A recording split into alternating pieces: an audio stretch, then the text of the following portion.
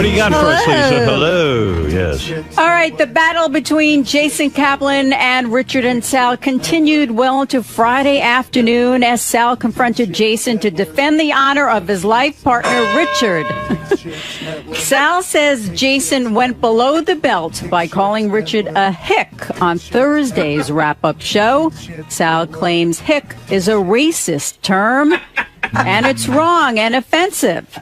Jason fired back, saying that off the air, Sal is a nice guy, but on the air, he acts like an asshole. Right. Well, I don't know. I talked to the boys this morning about... Really? There's a real animosity brewing? I just said, one thing I can't have going on around here, that this show is based on creativity and people sort of teaming up and exchanging ideas. And if you guys are like constantly fighting with each other and afraid to talk to one another, then the ideas don't filter down to me here. So, I'm over here in the studio. You guys are over there. So I don't know if this is all conducive to a good work environment. Maybe it's time for a team meeting. Yeah. It's conducive to a good work environment, but not a good work Howard Stern environment. I mean, right. And I love Richard Christie to death, but I'm going to give him a little criticism right now, and I love Richard. I think Richard is being kind of a baby here. He's super sensitive. Yeah, look at what we all go through on this show. Robin just sat through 18 song parodies about her vagina. I discuss my heroin. Richard has written heroin parodies about me. My father gets discussed. Howard's incredibly honest. You know what? Gary goes through hell on this show. And part of the deal is you got to have a thick skin, and you come in here if you can't handle it. I think his objection is out in the hall. Yeah, this is something different. Yeah, I know. You're not understanding what the thing is. What the problem is, that off the air, right? These guys have to work together, and what happens is they get so brutal with each other out there that everyone kind of goes, fuck it, I'm not going to go in there because right. But I am talking about off the air because Richard refuses to go to Will now because Will yelled at him and refuses to go to Will and give him stuff to bring on the air. I'm not just talking about him coming in here. That's exactly what I'm talking about. Oh, okay. So that's off the air. But that's not something you necessarily expect to have happen when you're trying to get an idea on the air. Right. The person you have to go through yelling at you may be a stopper. It's not like me. It's not like what happens on the air. It's like off the air. It's become such a headache for everyone to interact that they stopped interacting. So you're saying Will is wrong too for yelling at him? Can I talk? Yeah, 1 second. I'm just saying I don't know what goes on back there. All right. No, Will's great. I know, but all these guys are great. Whatever the dynamic is, seems to be stopping people from communicating. Right. I got to tell you. So I said, guys, look at that and make sure everyone's comfortable. Yeah. Morale is down so much in the office because of the conversation that was had here before the show this morning. Yeah. Because it's now viewed that this is what's going on in the office. No, I told you, and I'm going to say it again, because you guys aren't hearing me. But all of us didn't hear you. If something is going on out there, straighten it out. But we told you, and you didn't seem to believe us. No, I didn't say I didn't believe you. I said, if there's something going on out there, why don't you guys sit down and clear the air? It might be better for the show, so that people don't feel inhibited. And you told me some things, and I said, okay, I'm just looking into it. I'm hearing a lot about this. I don't even mind saying the things that I told you. It's the office gets along great. Right. We work in this environment. We've been working together forever. Everybody gets it. One guy didn't get it, and now it's making it look like our office doesn't function correctly. It's not making it look like anything. I'm just telling you, if there is a problem, maybe you can help him work through it. But we have tried, and we've spoken about it. All right, so then you've done it. But everybody walked out of here feeling as if you felt the office wasn't. Well, then get the fuck over it. but that's what we said to Richard. Yeah. We all walked out of here. I said to you, if there's not a problem, then I'm not worried about it. But it didn't seem like, and Howard, I wasn't the only one. It didn't seem like you believed that there wasn't a problem. You were like, okay, fine. I'm going to tell you again. I said, if there's no problem, don't worry about it. If there is a problem, look at yourselves and make sure you're not beating the guy down, and make sure that he feels comfortable enough to present his ideas. And you told me that you've created an environment where people are comfortable. So I said, okay, that's it. It's not that I don't believe you. I don't know what happened this morning. Something happened before the show. Yes, I'm not out there to monitor what goes on. You know. Understood. You know. But do you trust me to handle it? Yeah, absolutely. All right. Yeah, but I brought it up to you. I said, gee, I'm hearing some things on the air. Have you really looked hard at this? Have you looked at yourself in your role you play and all of that? And I just asked you to check it. That's it. It's not a question whether I believe you or not.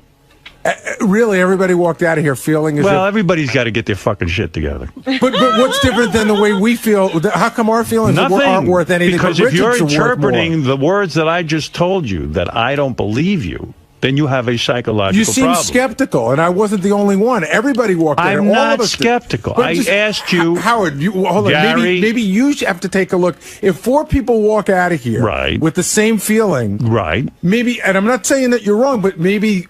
How do we all get the same thought?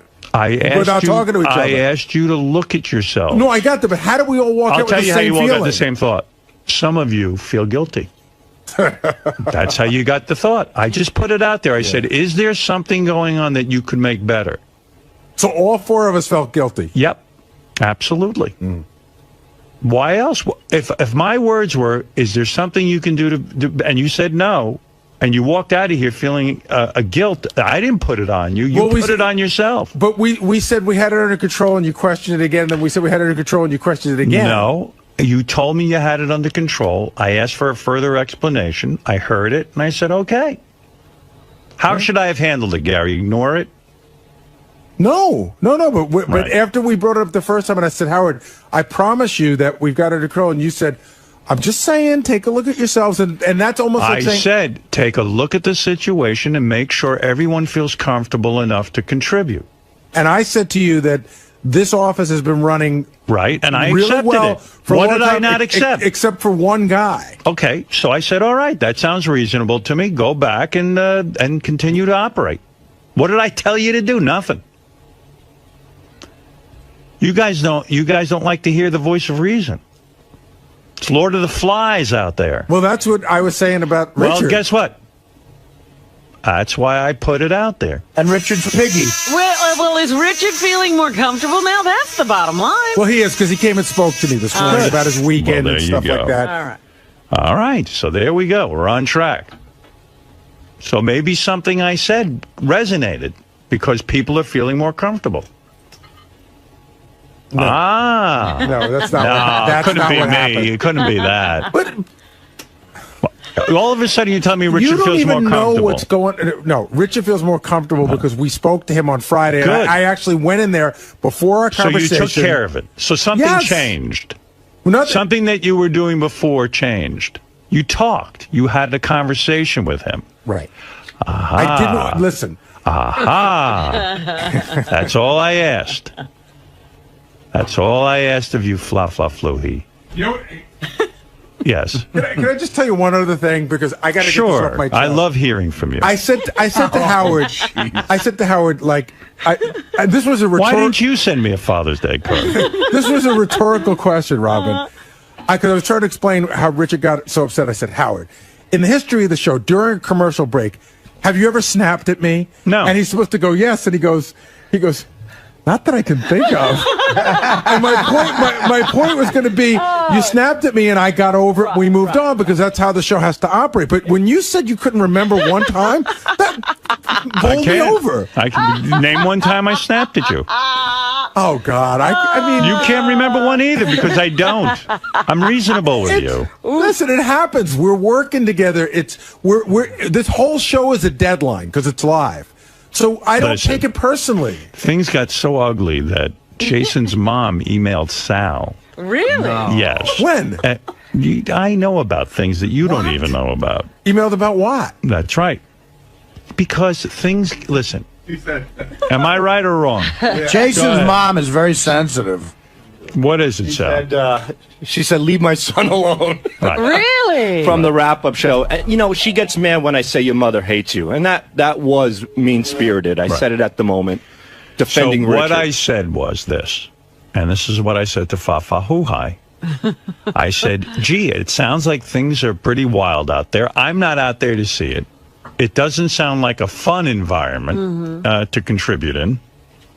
Why don't you take a look at it? But it's you not got fun. so defensive. Say what? You heard one person's opinion of the environment, Gary. But there's 10 people. Gary, you're not hearing again. But there's 10 people who are having fun in that environment. But Gary, I needed to ask about it. But you said it doesn't sound fun. No, it doesn't. It doesn't sound fun to me. It's not funny. And it's you not explained to me that it is fun and that you had things under control, and then you walked out of here feeling guilty. I don't know why. If you feel guilty... 4 guys walked out of here feeling guilty. Well, okay, so then there's something to that. Why would you feel guilty? I didn't. You said I did. I didn't feel guilty. You said in here, you guys all walked out with the same feeling.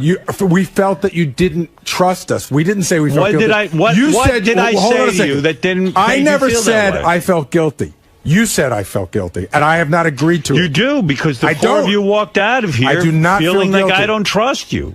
I trust you. I said go. I shouldn't say trust isn't the word. Feeling like you didn't believe we're running the office the way we felt we should be. I would have no idea how you run the office. I don't have any clue what you do out there. For all I know, you could be like Reverend 𝗦𝗁𝗲𝗿𝗱. And everyone's tithing to me. Who knows? I don't know what you do out there. Howard, in my opinion, it shouldn't even have gotten to you. Gary should have squashed it immediately. Of course. He should have taken Richard aside, spoke to him, and cleaned it up without bothering you. You got other things on your mind. Sal, all I said to Gary was, can things be... Right? As a producer, sure. All I said was, can things be improved? How was your Father's Day, douchebag?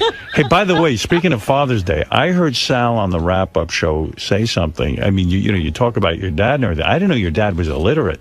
What? Yeah, he's illiterate. Yeah. He doesn't read or write? No, but he knows and everything. His dad made them. His dad would spend $200 or $300 a week on lotto tickets. A day. Well, a day. At the time, it was only on Saturday, so every Saturday it was about $300 every Saturday. Now it's when it became twice a week, it was $500 a week. Wow. Yeah. So in other words, he's Italian. Yeah. Wow. And I just remember, like I said, we hardly had, at times we had nothing to eat. You know, we were eating like Wonder Bread with little marinara sauce on top of it. And my father would whip out a stack of tickets, like it was like as thick as 2 decks of cards. He goes, not after tonight. We're all going to the car dealer tomorrow. And every week he thought he was going to win. Oh, every yeah.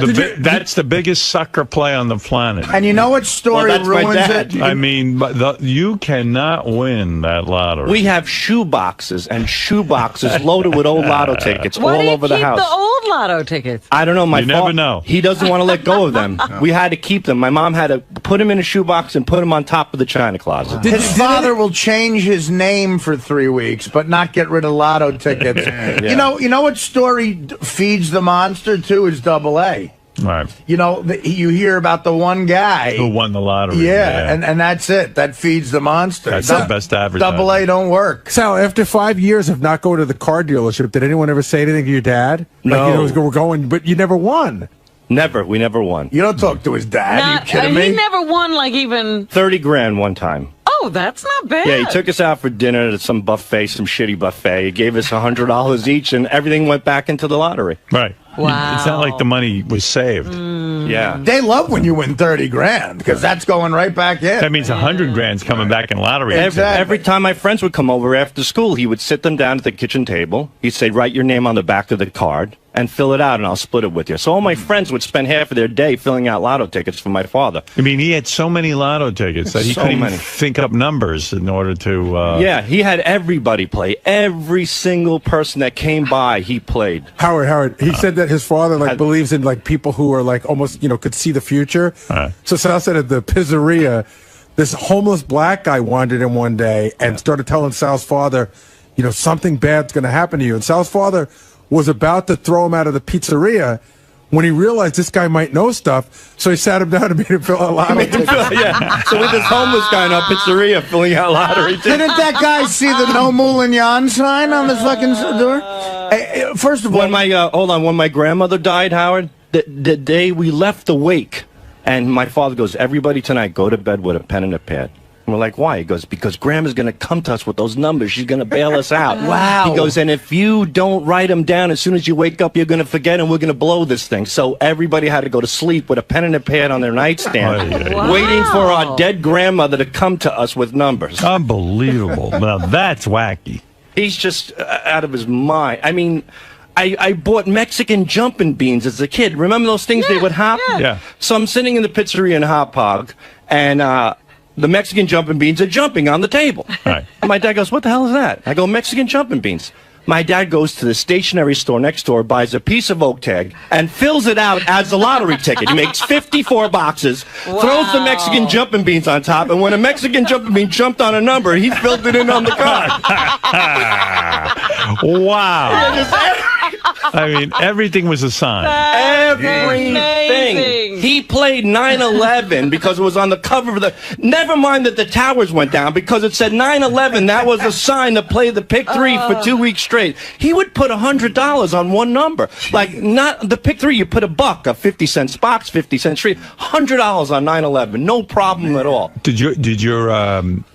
Did your grandma's numbers work? Did anybody ever get the numbers from Grandma? My grandmother never came to me. Never came. No, Thank God. Yeah. If she did, she probably said, your dad's out of his mind. She hightailed it out of town. She never looked back. It's funny that your grandmother was going to reach over from beyond to give you the numbers. Right. Why would she know him after she died? Yeah, she didn't know him when she was alive. Well, she knows God now. Why does Grandma know numbers? I don't know. That was Grandma Nina. Okay. Yeah. Thank you, Sal. Well, you know, I feel your pain. Thanks.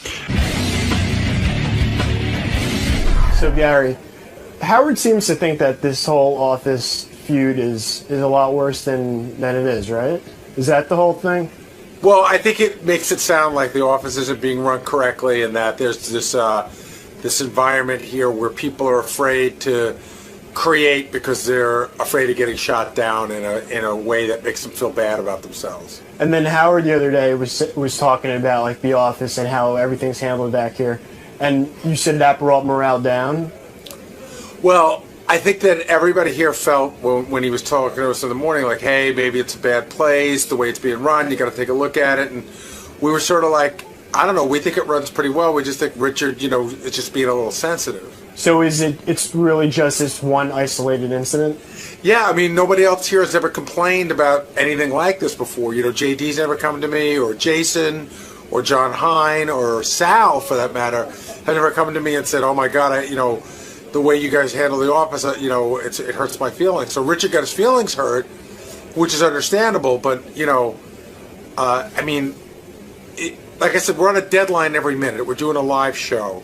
So you can't always be nice to everybody every minute. And I've had times where I wasn't as nice to people as I would have liked to have been. You go back and you apologize, and everybody sort of understands you're in the emotions of the moment. And Richard, for whatever reason, didn't understand at that particular time, even though Will did apologize. So nothing really has to change then, right? It's just Richard, he's a little too sensitive, would you say? Well, I guess we have to be more sensitive to Richard now is what has to change. So, Will, how's everything going in the office now? Howard was talking about how everything's being run in the office. And I kind of feel like morale's down around here ever since that. It's an awful experience working here at the Howard Stern Show. Because you so have bad. to deal with people like me that kill creativity. Whenever I hear a good idea, I like to squash it because I'm an asshole. Is it you're too mean to them? Too mean to everybody. He's a big crybaby. That's the bottom line. Who, Richard? Richard is a little bit of a crybaby. I mean, we made up. I apologized after I yelled at him once. I mean, you work here, everybody gets a little, nutty at times. But I apologized, and I thought that was the end of it. But, these guys like to start a war, so... So nothing really has to change, right? It was just... No, nothing needs to change. Maybe Richard has to toughen up a little bit? Yeah, exactly. Grow a set of nuts, you faggot. How's everything around the office now? It's good. Everything's cool. I mean, me and Sal are in here having a blast. I talked to Gary this morning, talked to Will. Everything's cool. Apparently Jason has a problem with me and Sal, but that's fine. I don't really deal with Jason much anyway, so everything's good. Did anything change to make it better, or just time? No, it just time takes helps? time heals all wounds, that kind of thing. Just takes time sometimes. And now, how can you avoid something like this in the future? How can I avoid?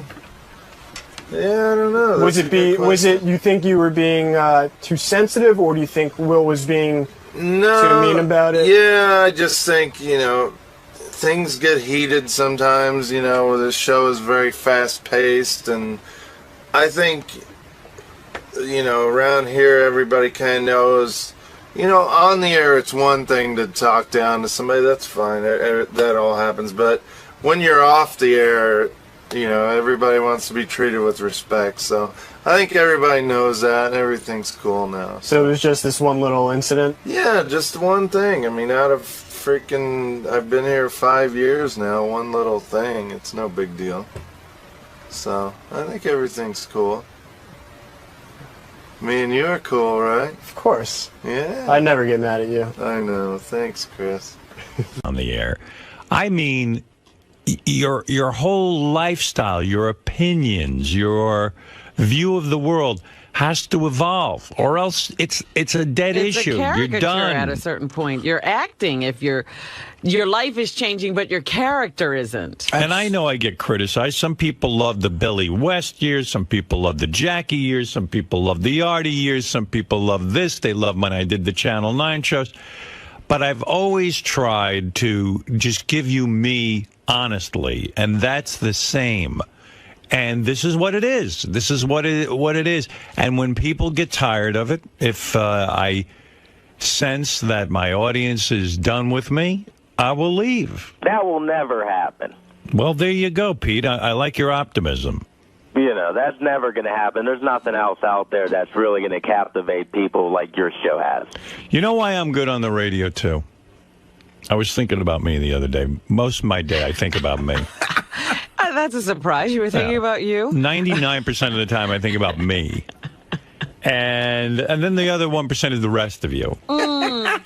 So I was thinking about my radio career. I was reflecting on it. And it was hard not to, because everywhere in my office is a piece of memorabilia about my career. You've gotten it to the point where you can't not think about it. I fully embrace myself.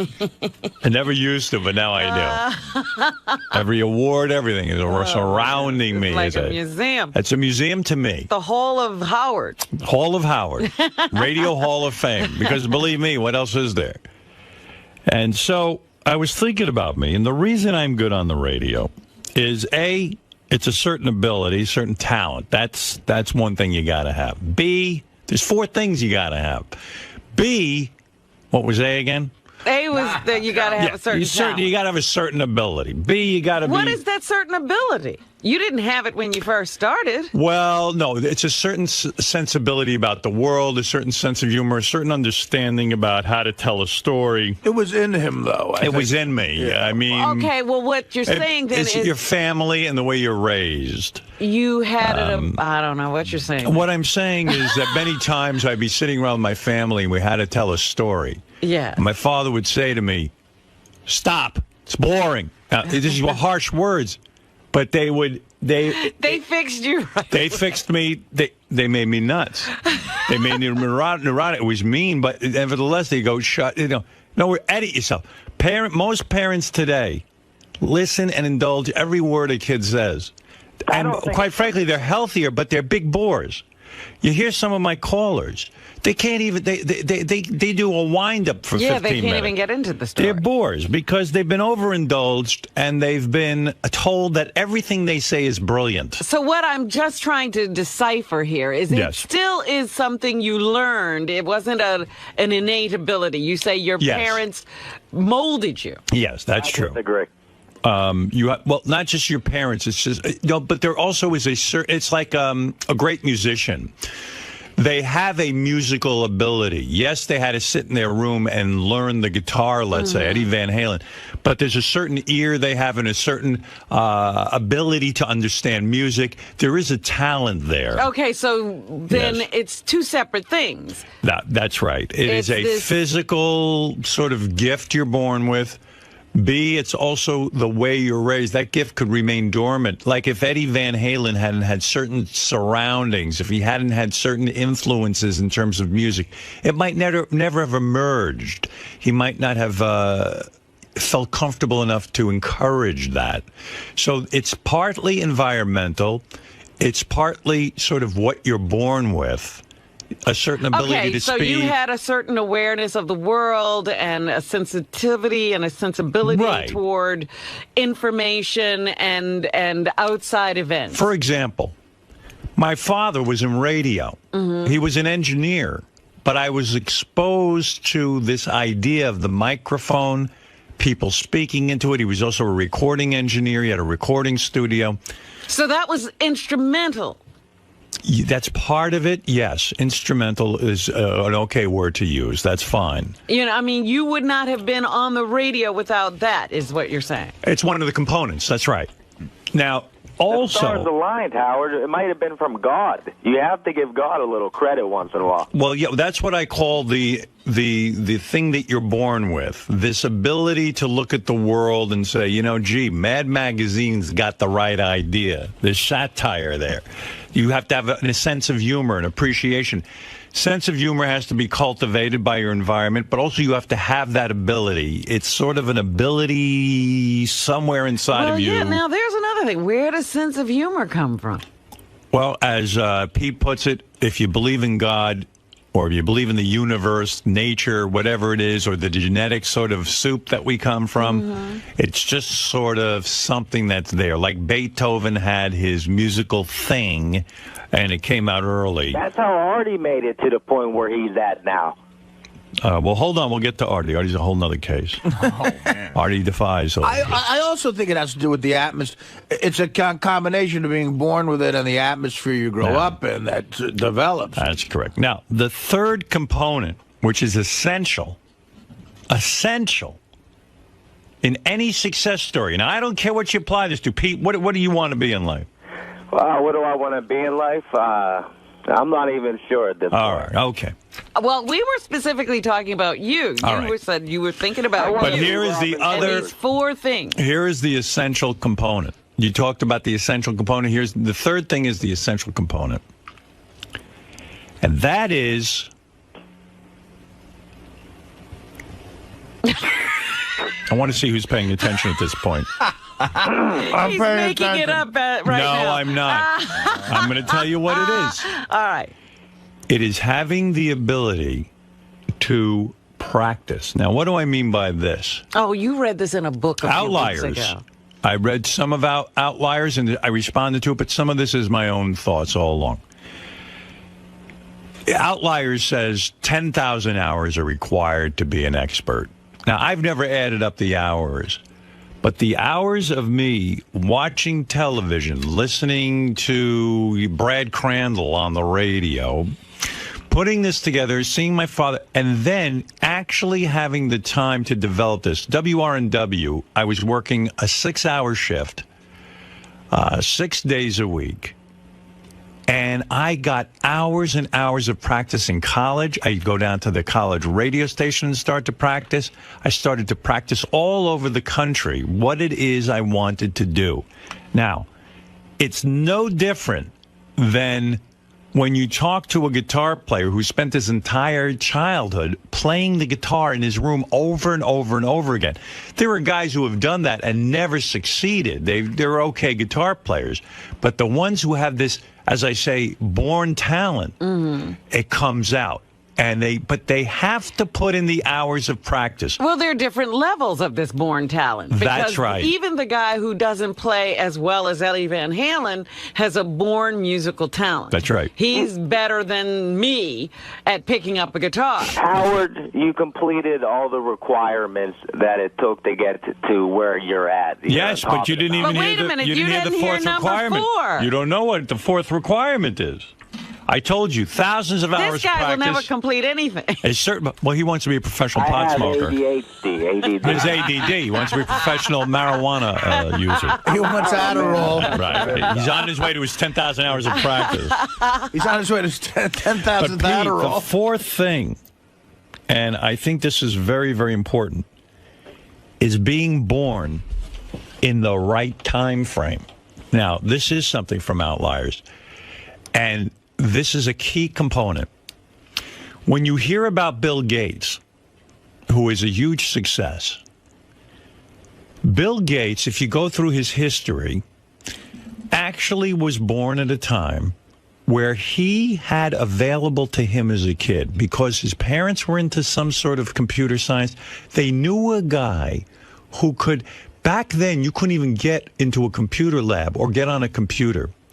When he was born, somehow the circumstances led up to he was allowed free hours, endless free hours in a computer lab where he got to work this stuff out. Him and his friends were like into this thing like crazy.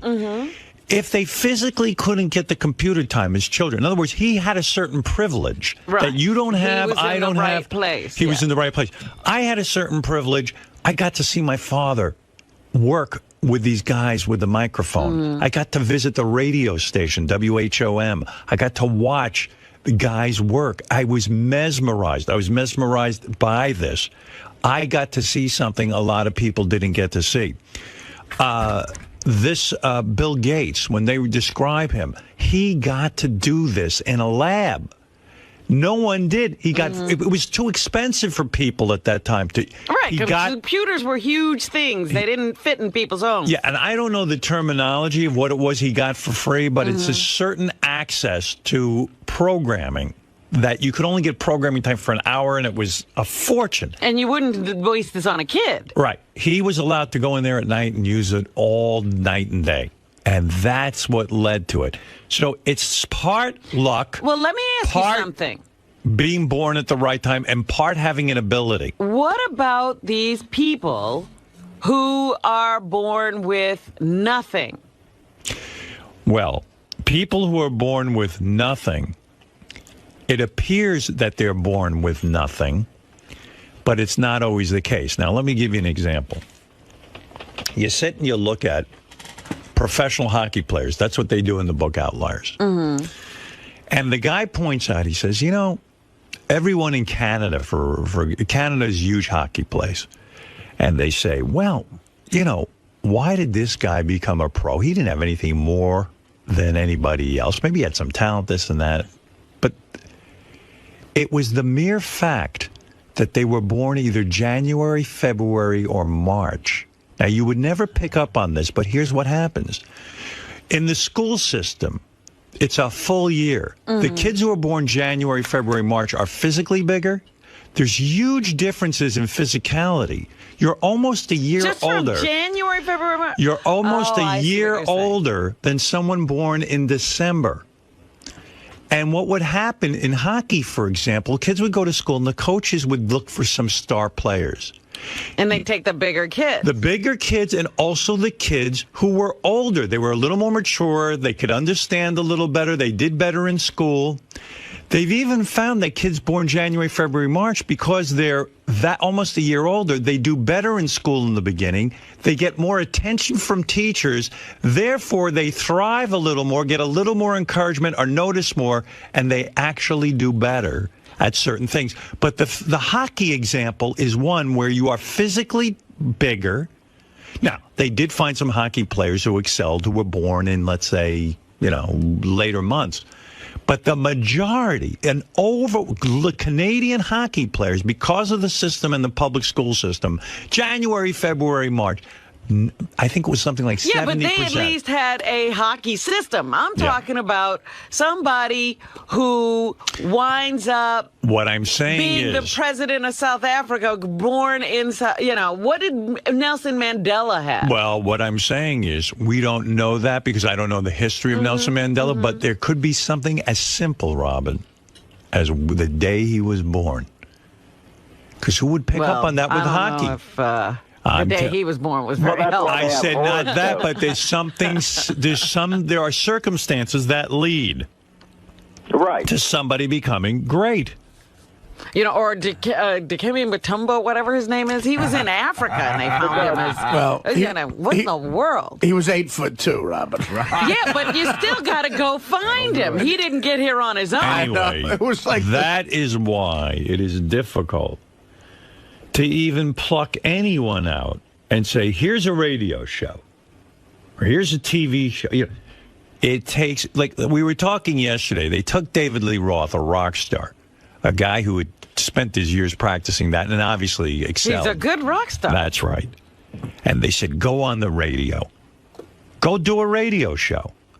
Well, of course it was destined to fail. We all knew it. For some reason, the radio executives didn't know it. Yeah, there were tons of people who didn't know it, right. Howard, and they had power, and they put him there. They did. But we all knew it. My audience knew it. You knew it. I knew it.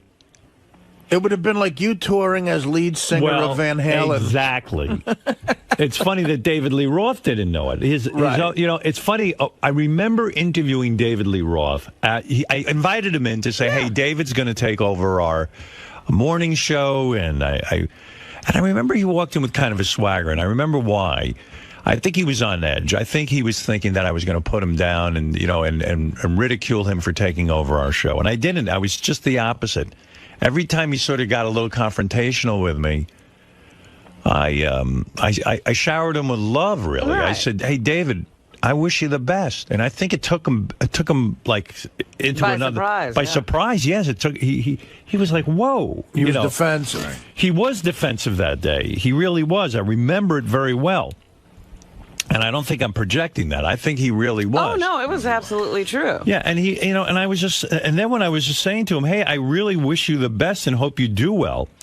But, and then he kind of in his arrogance said to me, and this is David, in typical David, he says to me, man, I'm used to speaking in front of audiences as big as 300,000 people. You think this is something to me?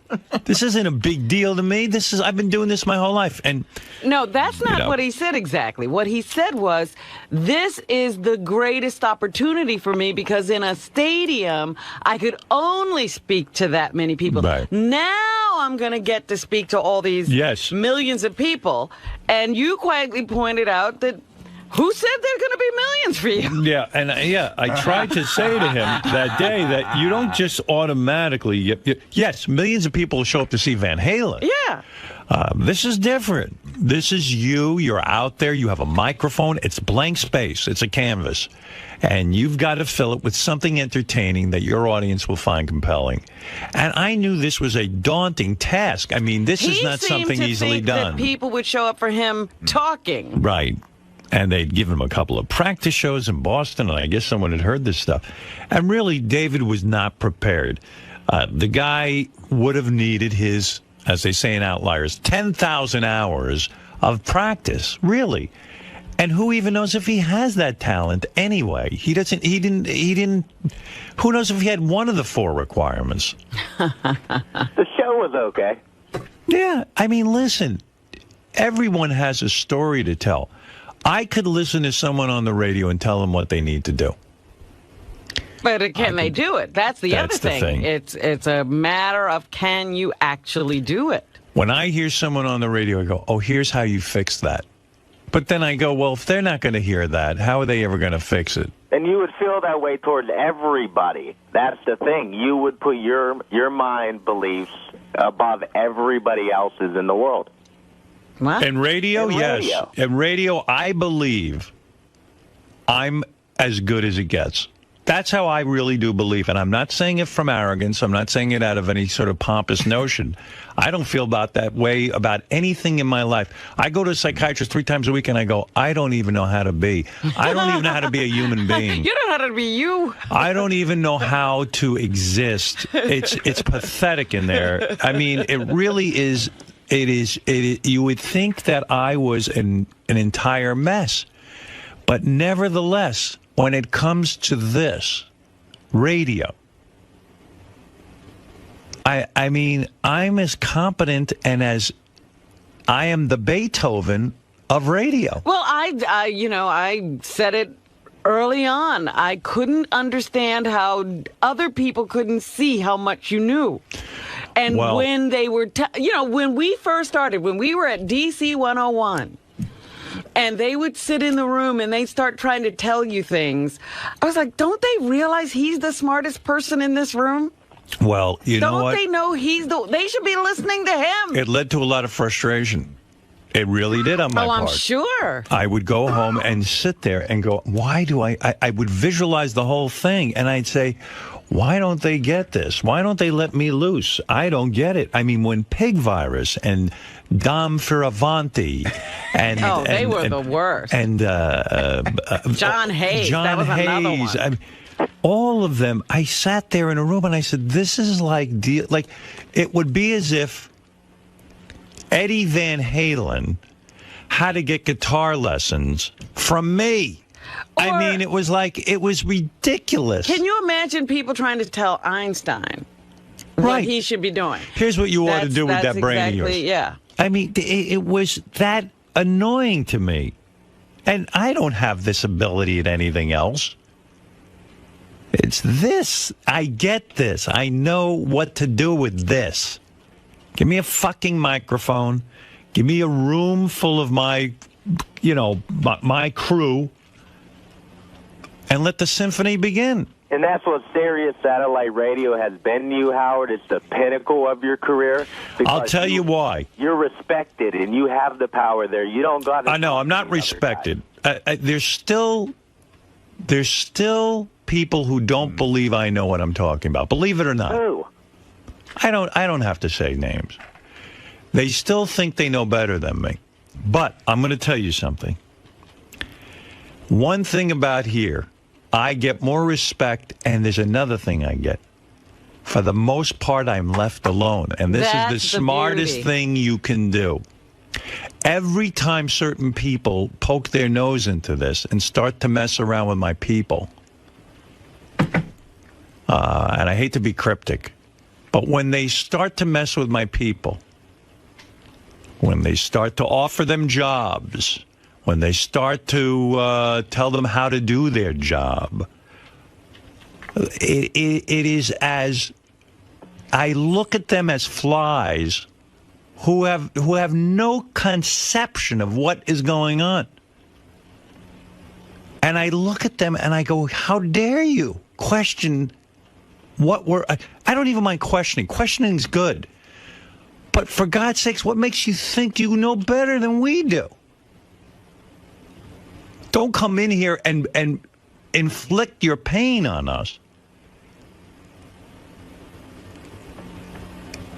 It's sure, listen, I'm not above criticism. I know there are things I do that are very boring on the radio. This might be boring on the radio. But for the most part, we're able to hit some home runs out of the park. And stay around.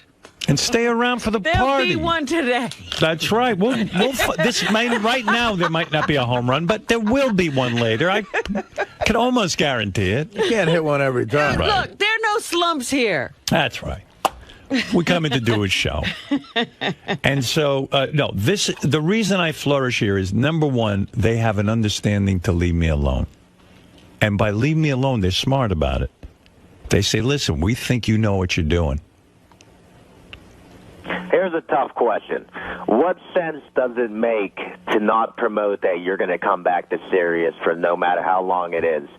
So people can resubscribe, new people will join on, they're secure that you're going to be there. And we know you know this already. I don't know what you're saying. What I'm saying is, why wouldn't you tell everybody, ladies and gentlemen, I'm going to be around here. The radio show is going to continue. Because I don't know that that's true.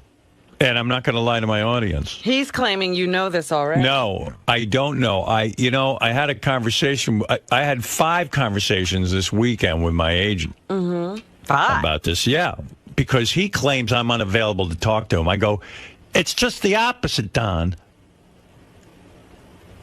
He's the one that's not in the office on Friday and Monday. Oh, my God. You can't find him. I said, listen, I call you as soon as you call me. So we made an appointment to talk, and we got into some really good conversation. And we had like 5 conversations about this very topic. And, I do know what I want to do. I do know, Pete. Yeah. But I don't know that Sirius is going to go for it. You know what?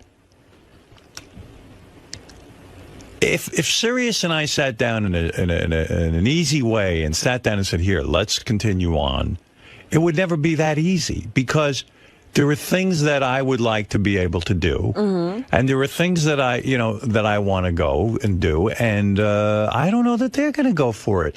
I have something in my mind where perhaps we could continue here. They have to go for it. They don't. They don't have to do anything. They don't have to do anything. Listen. You created them. No. Look. I did not. It was here before granted, no, I think they would have gone. I think Sirius would have been out of business had we not gone. Look, he created a lot of things in radio. Right. And they let him go. Right. And we see what happens when they let me go. Well, they let you go, but they still let you go. But they do. Listen, I don't know, Pete, if it'll make sense to the company. And I am a loyal supporter of this company. I love this company. I think satellite radio must stay around. I think it's terrific. And I think it's only going to get better. But the fact of the matter is, and by the way, someone said to me, you know how you say amazing on the radio? I say the fact of the matter is way too much. I was criticized for that. Oh, dear. But the fact of the matter is that we could possibly be around some more here, but who knows? Pete, if I had the answer and I could tell you, I would give it to you. Waiting for it. I don't know that it's going to be so easy to bang out a deal. Man. I don't know. I'll tell you why this show is successful. The fact of the matter is Robin's amazing. Well, that's right. That's right. You want to know something? And I'm going to take credit for Robin. Full credit. Full credit. Because you didn't give birth to me. Give somebody everything something. but let me tell you something. My ability to recognize Robin's greatness is what we're talking about. And your here. chemistry, absolutely. That's right. Well, I recognize the chemistry. Let me take credit for that. Okay. Yeah, Robin. Actually, I take credit for recognizing his genius. That's right. Her heart might be broke. What? Just not being around Howard every day. That's going to break your heart. That would I break mean, her some heart. people may not realize I was not going to take the job they were offering me until they played a tape of him. And then I said, I'm taking the job just to meet him because he's that's incredible. True. That's true. And that's when you started wanting him sexually. That was it. How many years have you been pining away from me? Man. By the way, nobody's taking credit for Benji's contribution. Oh, Jesus. No, but that's just the point. Artie being a part of the show, Fred, Benji. These are people that I've chosen to work with, and they've chosen to work with me. And these are all good people, and that's part of it, too. You can't just have some schlubs. Yeah, don't worry about them, Mo. That's not your responsibility. I do. As a matter of fact. Or the fact of the matter is... That's amazing. That's right. You've done enough for them. I have several lucrative offers. I could be on The Real Housewives of Orange County as a fake husband. There you go. Fred has a lot of money saved. Who knows what Fred's up to? No one knows with Fred. How you doing over there, Fred? I'm doing fine. Let's get off of this topic and move on to something. How are you? I think Is it's it pretty time to good check in with Fred? that you talk about. I think people should be fascinated about what it takes to become a guy at the top. That's right. But not everybody has the ability, so why listen? I don't know. Maybe They'll just be someone disappointed in maybe themselves. someone will be inspired because you're right. Not everybody can do what you do. Practice. But practice doesn't do it for everyone. I told you that's only one component. But I think you also have to love it. I mean, there's one thing that when you hear Howard speak about radio, you hear a passion in his voice. I don't love it. I think you do. Look, I think Andre Agassi didn't that love wasn't one of the tennis. He was components. really You're good lying at to me. it. No, I don't love it. When you said you were 5 years old, you dreamed of being on the radio. Yes, but I didn't love it. There was a lot of pressure in my life. I didn't love it. And that's part of it, too. You must love it because in spite of that pressure, you come here every day, you did what you did. No. Well, if he says he doesn't love it, why are you arguing He with wants him? Because I don't think he's aware of it. I don't think he's aware of his love for radio. Do I love radio? Hold on, let me find out. I think you're full Do of I shit. what? I think you love it. For 25 years, I've sat over here, talking the mic, played with these pots. What are you talking? I'm here every day. But Do you love radio? Do I what? Do you love radio? For 30 years, I write the bits. 30 years. Lay in bed and think of shit to say. Get up in the morning, eat my egg whites. Yeah. Talk to Benji and Fred. Do I love it? Do I love radio? Not at 5:59 a.m., that's for sure. I've been going to sleep at 8 o'clock. Watching TV and going to bed. Not fucking Beth, making sure I get to sleep. And you ask me, do I love it? What kind of question is this? But do you love it? Do I love radio?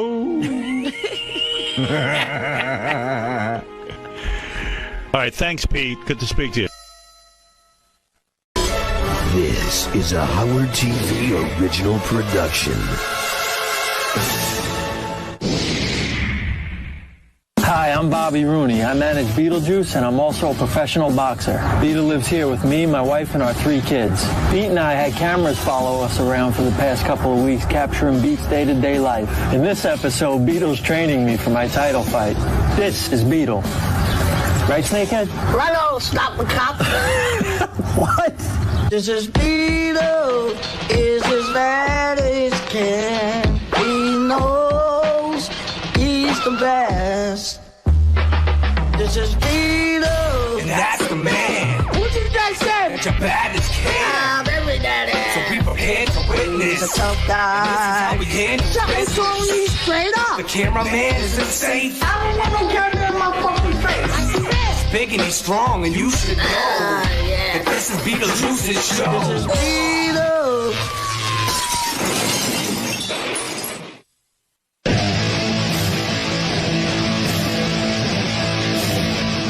B, come on, let's go. You ready? I started boxing when I was 15 years old, but since I hooked up with Beetlejuice, my career has just taken off. Come on, man, what the hell? Well, yes, here we go. Beat's been training me for about 3 years now. Usually what we do is we set the alarm for about 6 a.m. He'll decide to stretch me. Hold it right there. He always tells me I have to stretch my balls. Stretch your nuts. You don't have a nut. You're not going to stretch my nuts? Stretching your nuts. What do you mean when you say stretch my balls? You really want me to pull them? No, when you stretch your balls, you stretch your balls. What else you got to do? For what, though? What does it do for my... It helps you when you stretch your nuts. What kind of trainer are you, man? Hey, I'm a fuck nut. Pete, do you have to smoke every time we run? I don't think so. Pete, why do you have to smoke when I'm training? You know that's not good for my lungs, for my stamina? I can't smoke and it's not even lick, you dick. You think that's good for me? No. Inhale that smoke? Is it good for my lungs? It's not good for you. It's not good for my stamina? It's not good for your stamina. It's a big fight coming up, Pete. Oh, yeah. It's the big one, man. Every time I ask him who my next opponent is, he gives me a different name. He told me I'm fighting Mike Tyson last week. He told me I was fighting Tommy Hearns. Oh, you probably know. You never know. He told me Ricky Styles, whoever that is. I never even heard of him. Any person you can fight with, it doesn't matter. By the way, do you have me an opponent yet? Yeah. Who am I fighting? He's fighting Tony to Tony. Who? Ray to Ray. It seems like he thinks that insulting me and belittling me helps me. Run, you fucking bastard! You fucking filthy bastard! Run! When he insults me while I'm running and tells me, "Let's go, you cocksucker, pick up the pace," I think that really gives me the fire. Real quick. Run, you silly bastard! You have to abuse me every time we run.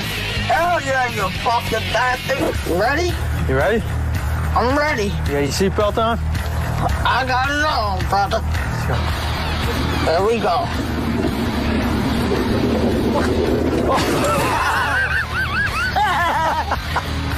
Oh, sorry. I'm way too heavy. You all right? I'm fine. There you go. Go faster. There, Bobby. You got it. Fast. Faster. You got it. Faster. Faster. Faster. Oh, faster. Pete, I just farted. Did you smell it? Oh, yeah. There you go. We gotta go to the market, Pete. Let's go to the market and get the protein shake. Yeah. Yeah. We're going to the market and get the protein shake. And now, taking a beat. You scream Jews a lot. What is it? I say, fuck you, you Jew. Don't you have some Jewish friends? No. Hell no. What about Levy? Levy's a fucking Jew. Is he your buddy, though? He's still my friend, buddy. I still call him a dirty Jew. What about Julie? He's your boy. Julie's not a Jew. No? Why do they call him Julie, then? Huh? Oh, he's not a Jew. He's Catholic. He's not a Jew. What are you? Me? I'm not Catholic, motherfucker. What are you? I'm just a regular fucking person. That's right. Here we go, Beat. There we go. All right, look. I wrote everything down for you. Okay. Strawberries. Celery. Bananas. A bag of ice. Big thing of yogurt. Okay. Half a gallon of skim milk. Okay, we got carrots. And 2 cucumbers. Okay. Right? Seriously, don't mess this up. This is important for my training, these protein shakes, all right? Okay. We got that. You know, don't get no other bullshit, nothing. Just what's on the list. Okay. I sent Beat into the market by himself to get this stuff for my protein shake. Remember, Beat? Whatever you did, I did it on my own. Let's start in. Let's see. Oh, we gotta go at it.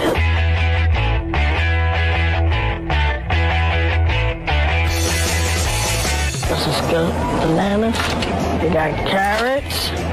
What the hell? Wait, let's get this in the way. Oh, can I get a pie, honey? Going on this roll? No. A pizza. A pizza pie. He got everything on the list that we needed for the shake, but then he got a pizza, he got some diapers and some fucking formula, baby formula and shit. A lot of shit that we didn't need.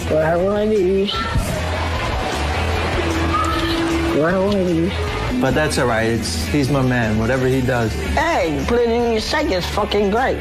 Sorry, excuse me. I'll try that.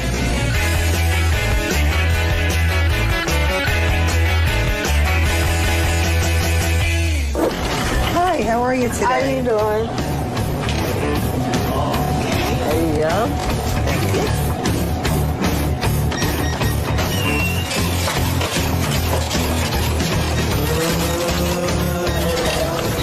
$50.88. How much money did you have when you went in the shop that day? Oh, probably I had like $400. Wow.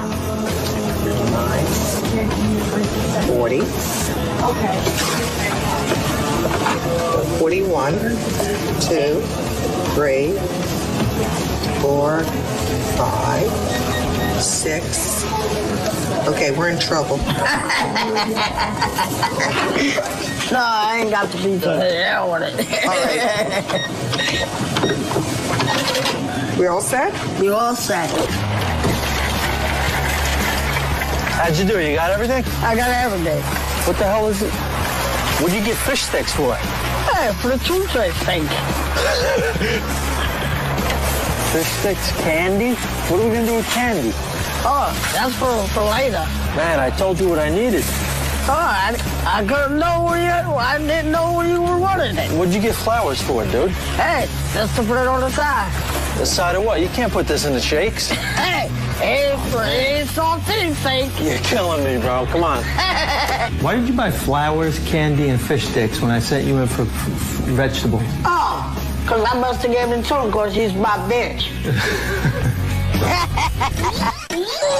You ready, Beat? We're gonna make some protein shakes right now. Beat makes me a real healthy shake. He puts nothing but real healthy ingredients in it. What do you usually put in my shakes? You can put peanut butter, steak, ice cream, whatever the fuck you want to put in. Dog shit. Not dog shit. No? You can't put no dog shit in no fucking blender.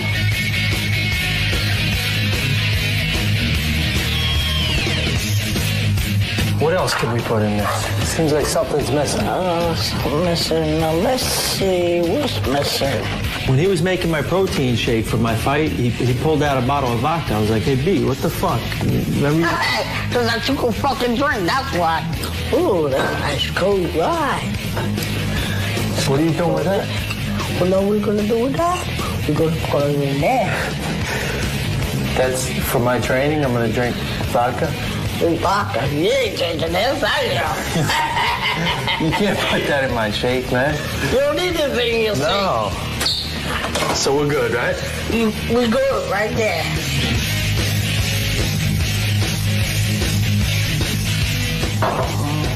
That's good.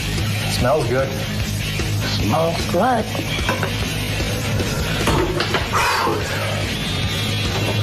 Here's to another great training camp, Pete. Thanks for everything, buddy. Thanks for everything.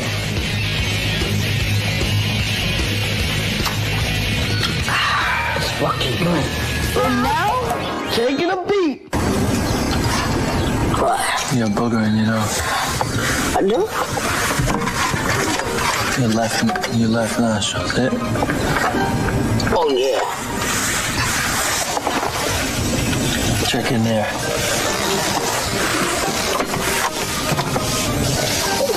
None in there.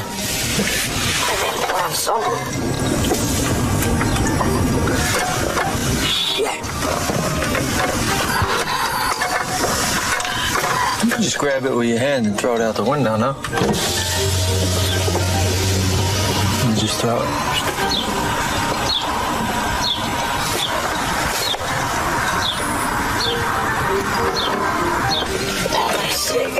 What is it?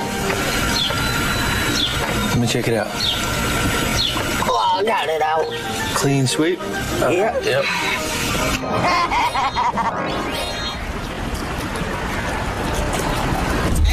Come on, we gotta go to the gym. Hurry up. Come on, let's go to the gym. Do you have my opponent's name, B? You know the guy's name that I'm fighting? You fighting that Polish guy, right? I don't know. What's his name? I think his name,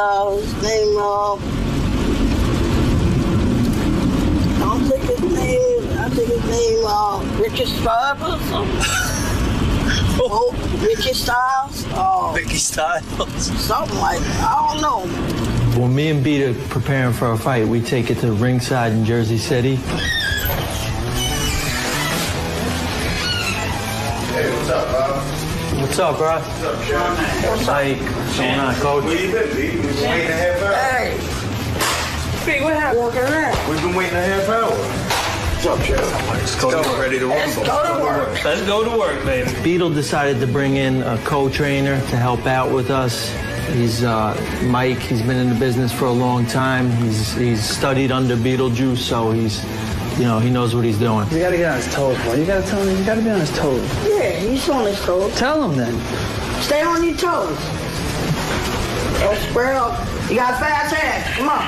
Finish up. Finish up. Finish that last up. Come on. Finish strong. There you go. I'm motivated while he's in the ring.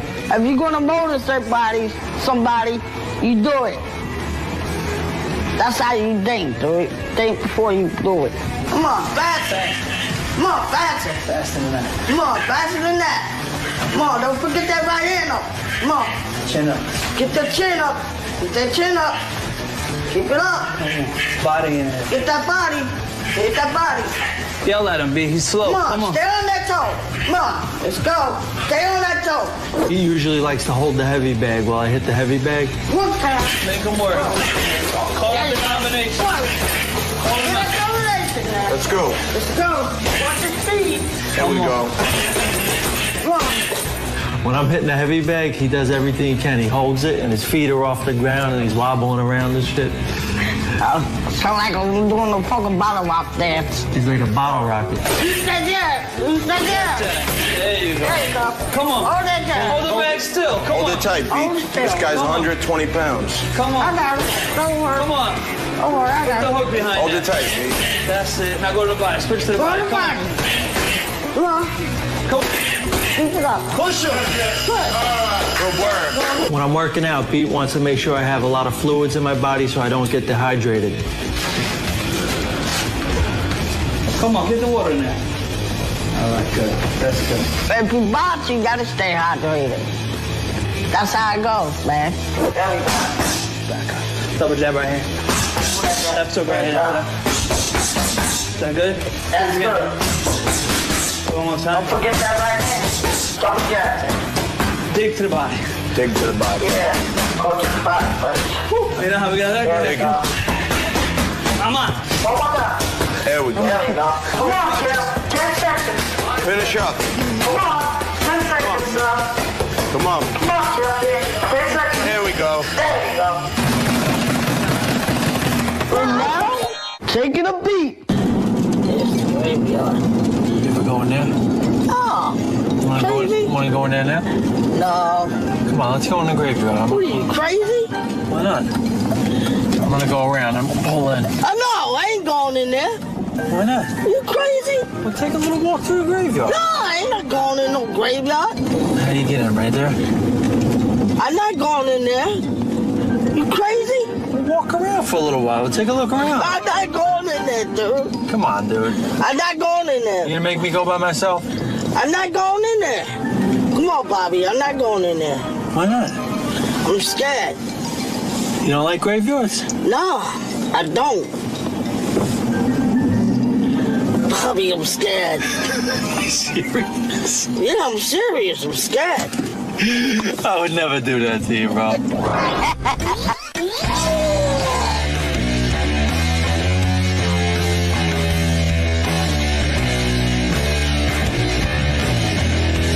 Hey, B, why were you late for my fight last time? I was looking everywhere for you. Everywhere? I was downstairs. I don't know where y'all guys was.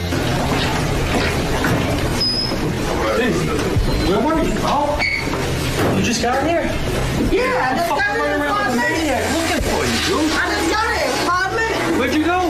Huh? Where were you? I was at work all day. At work? Yeah. He's a cop now. 2 days already after office. Don't go nowhere and don't drink, all right? Until after the fight, no drink. I ain't gonna. You gotta take a shit. Get the fuck out of here. He's gotta drop the juice. Did you stop for a couple drinks? Is that why you were late? Probably. Shot in the beer? That's the way you gotta train, motherfucker. You know that. He drank a little. You didn't have anything to drink. No, It was seltzer. No. I had seltzer water. Seltzer water. I had seltzer water. I can smell it. Yeah, seltzer. It's only seltzer water. It's it. Seltzer water. I can smell What? it. Women drink that, right? I can smell the seltzer. Come on. It's only seltzer water. Seltzer water. On fight night, Beat really gets real intense and emotional with me in the locker room. He tells me listen to him, to shut everybody out, don't listen to anybody else, just listen to him, and he's with me, he's behind me 100%. I said, I love you, you can't lose. Once you get in the ring, you gotta do this. Don't worry about what I'm saying. Just do what I tell you. When you do that uppercut, just do that.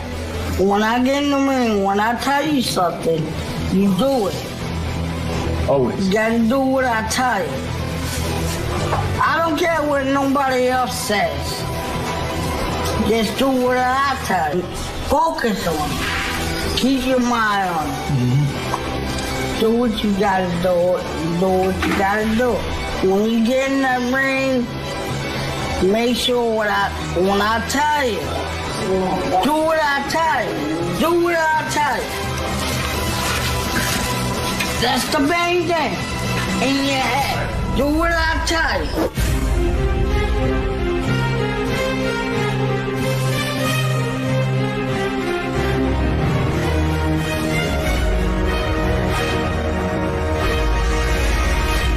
Having Beat in my corner means the world to me. As long as he's there, I know if I listen to him and I execute his game plan, I'm going to have a good outcome every time.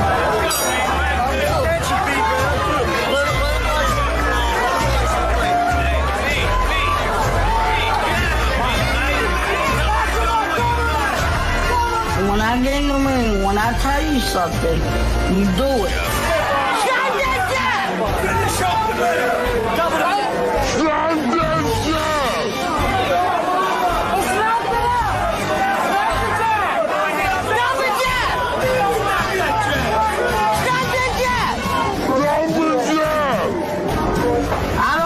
Nobody else says. Just do what I tell you. Stop the jab! Like I told you! Stop the jab! There you go! Do what I tell you. Stop the jab! Stop the jab! There we go!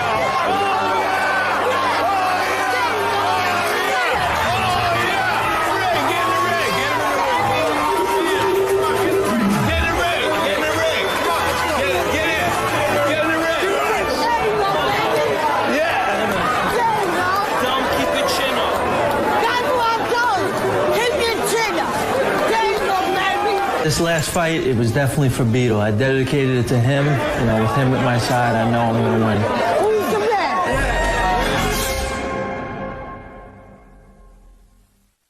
win. Pete, I just want to thank you for getting me that victory. I couldn't have done it without you.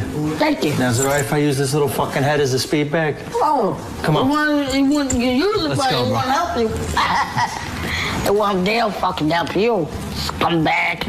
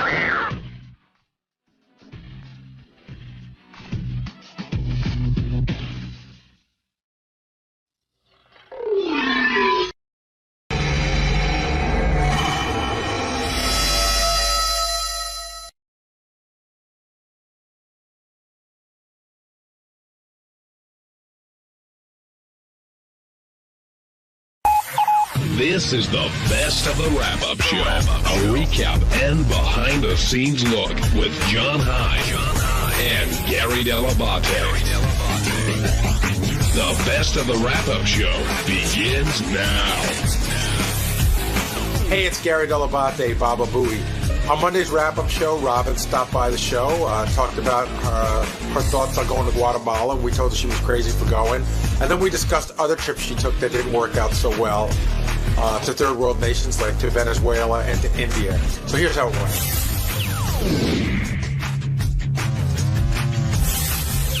I was not going to get on a plane and just go to Guatemala. Right. So let's dispel that. It sounds like people think I'm just going to be wandering the streets of Guatemala alone, looking for people who need help. You missed the beginning of this, which is really funny. The guy said he went down there 4 times for, an adoption thing. He said the Marriott was surrounded by barbed wire. And they told you that if you leave the hotel, you're on your own. Right. And he said the worst place he went to, the guy who was Guatemalan drove by at 90 miles an hour, wouldn't even stop. You understand where everyone's concern is coming from, Robin. Of course, I'm concerned, but I'm interested in going to a place that has those kind of problems. So the danger is part of the thrill for you for the trip? No, it's not a thrill. Sometimes unless you've actually seen or experienced something, you really can't convey the need. And that's what I'm looking for. So you feel like you have to be there to really express. Yeah, I have to see it firsthand. So who are you dealing with? An organization, a charity of some sort that's going to facilitate this trip? Yes, it's called the United Nations Foundation. Okay. I wasn't sure. So you spoke, but you've already spoken to them, and they've told you that they've given you an idea of what you'd be doing and how safe it'll be. No, they just said, we're putting together a trip. I had talked about wanting to go see what they do firsthand.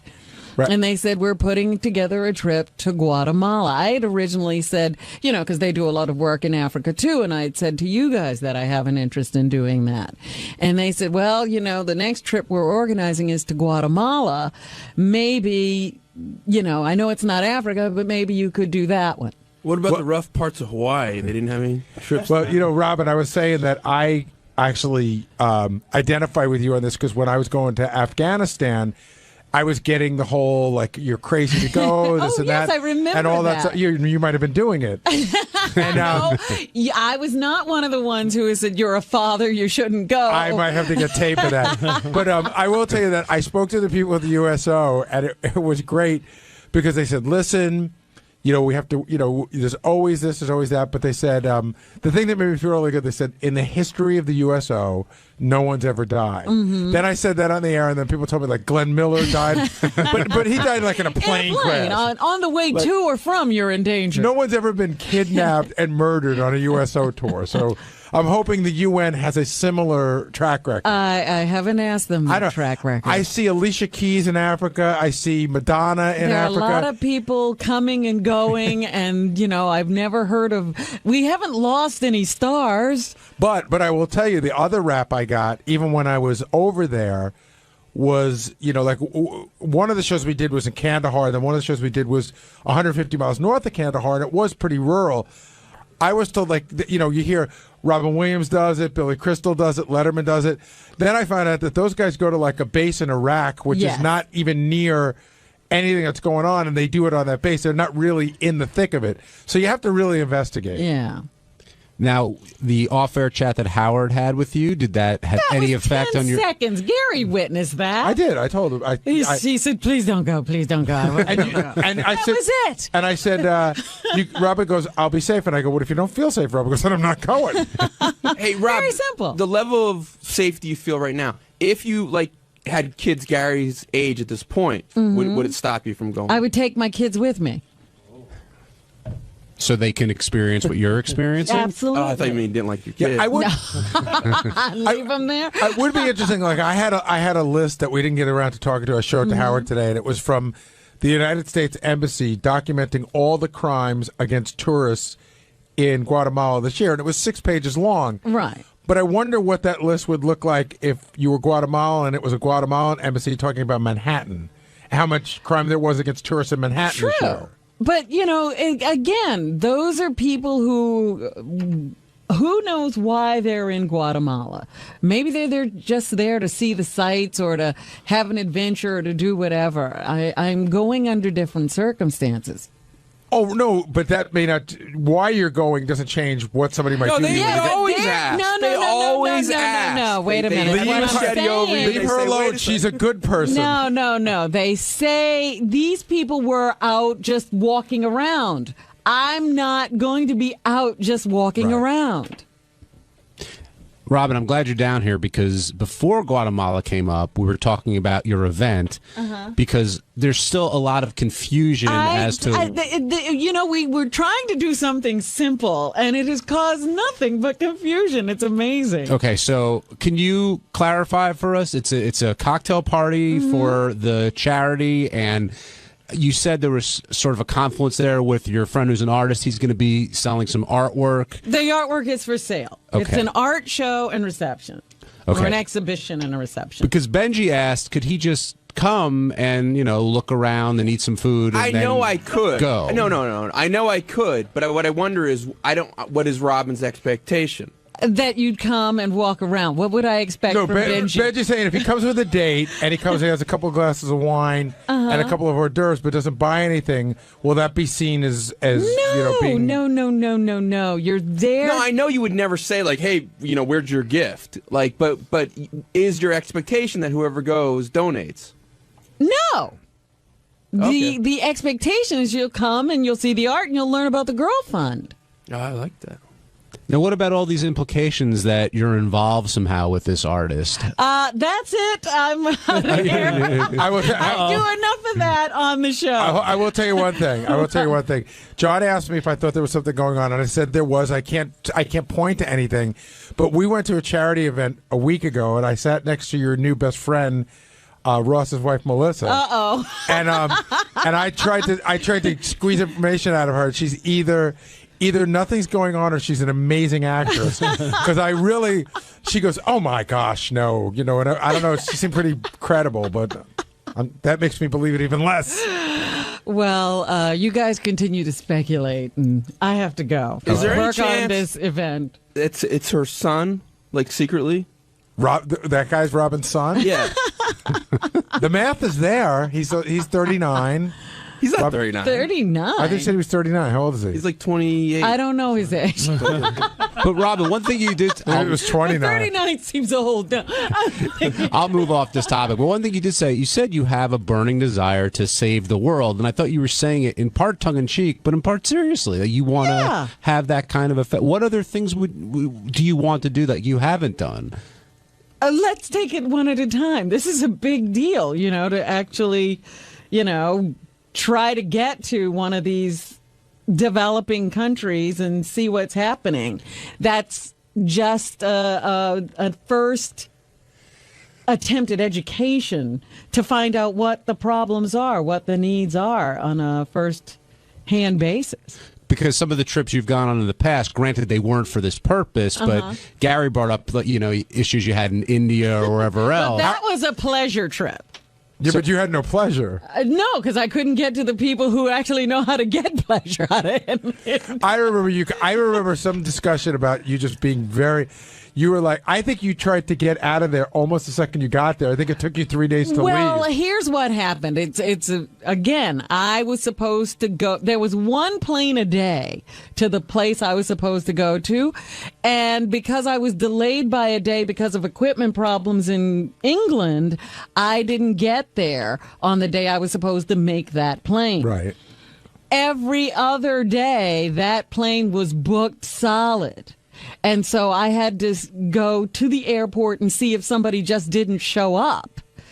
For 4 days in a row, I did that. And my friends had to move on. They weren't staying in that one spot. So it would have meant staying 2 weeks where I was in the city of New Delhi or leaving. But I chose to leave. And how did you feel about New Delhi? That is not a place. I've told stories. I actually saw a man kick another man. A taxi driver took me. Every night I changed hotels because I was trying to find a decent hotel. And the last time I said, let me just go to a hotel with an American name. So I booked myself into the Hilton. And this cab came to get me. And it was almost like a cart with a lawnmower motor in it. And, the guy took me to a gas station and said, I need gas. I was like, oh, this is how he's gonna get money out of me. He's gonna ask me. Wait, you had to gas up the car to get to where you were going? I need a transmission. So I need a kidney. Right. So I paid for the gas, and then he drove me to the hotel, and I get out of the hotel, and there's a guy with, one of those Indian headdresses on and a red suit, and a beard standing at the door. And, he's getting my bags and everything, and he's taking it out. And then I'm going to go pay the cab driver. And I wanted to give him every dollar I had in my pocket. And so I'm just peeling off this Indian currency. And the doorman grabbed the money out of my hand and said, no. And he took a couple of dollars and he threw them at the guy. And the guy started to argue with him, but she wanted to give me. And he just kicked him and said, get out of here. Hey, what's up? This is Will. And on Tuesday's wrap-up show, Medicated Pete came down to talk about the dating game that he was just in. We offered him a little bit of advice on, how to work it with a woman. God knows he needs it. Check it out.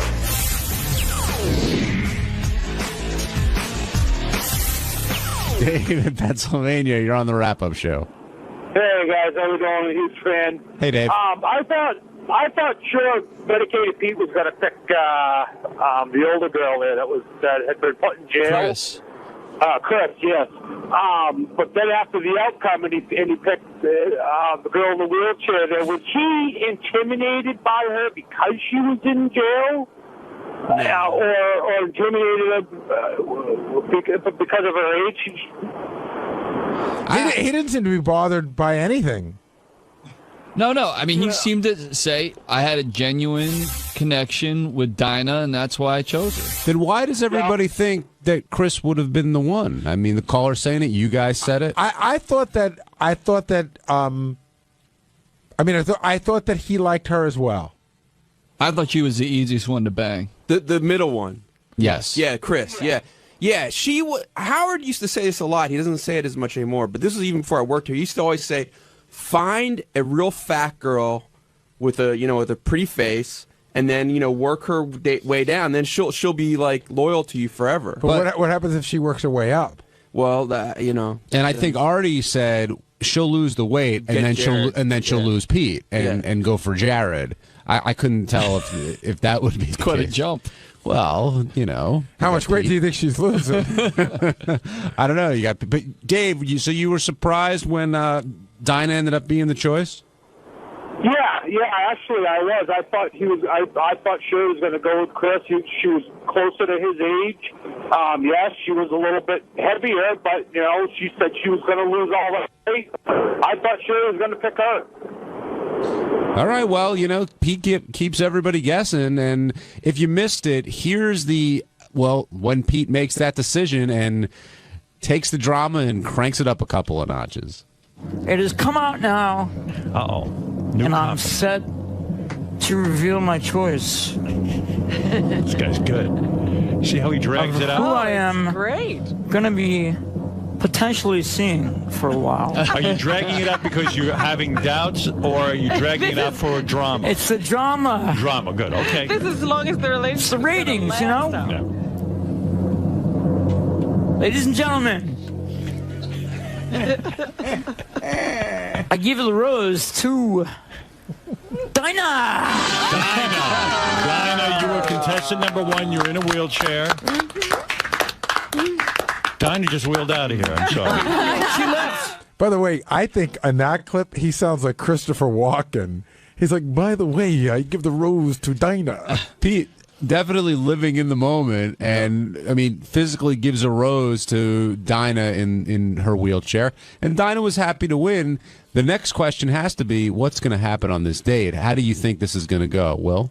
I don't like the way it's sounding already. Even listening to that clip, he just sounds like, he's ready for marriage. And that's going to freak a girl out right away. And she seems pretty normal, like she's had a relationship with guys before.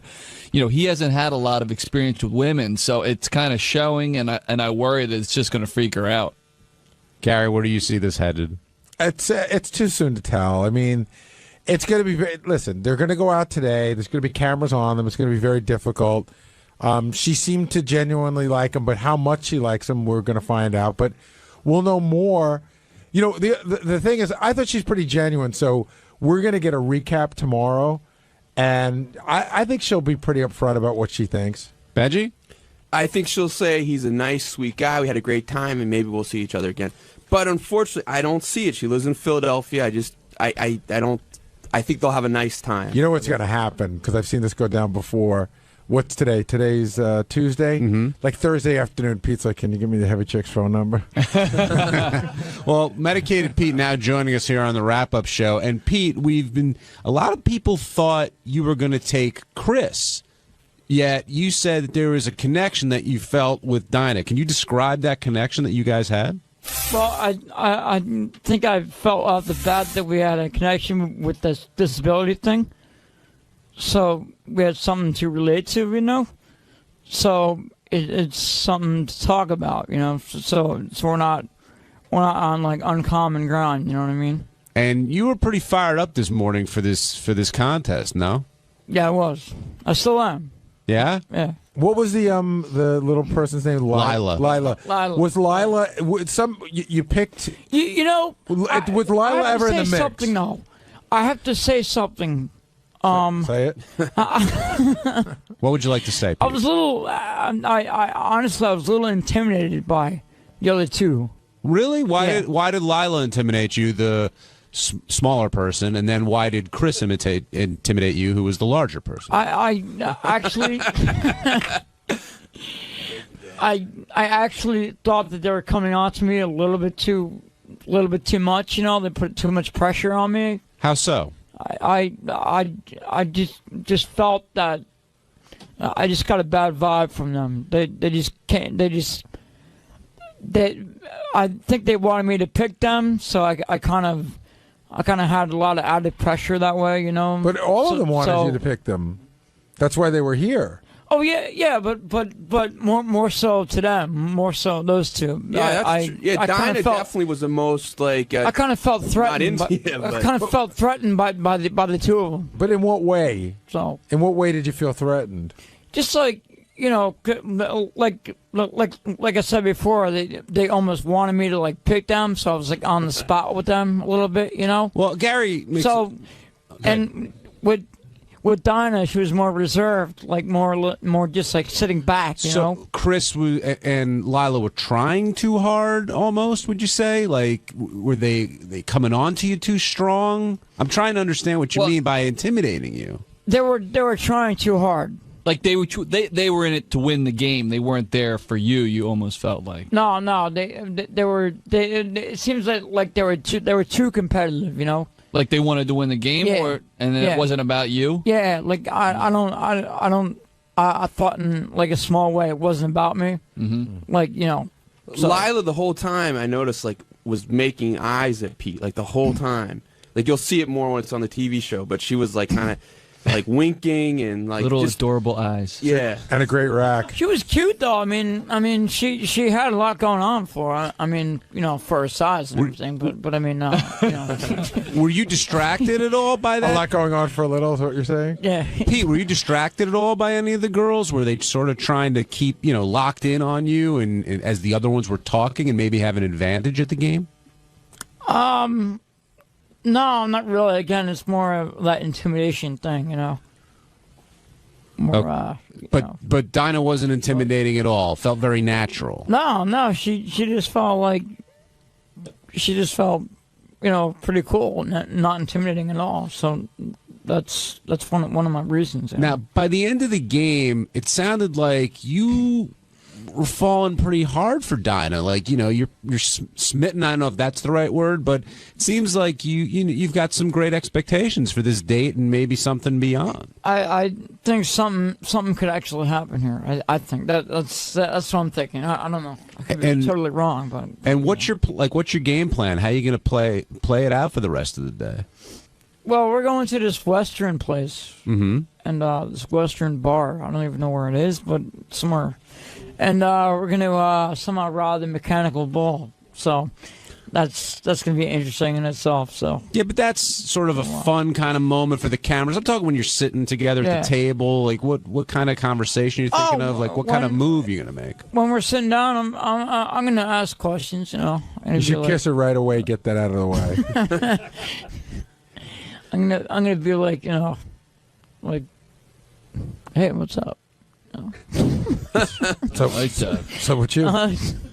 You guys have any advice for Pete and what he should be doing? Show the weapon right away.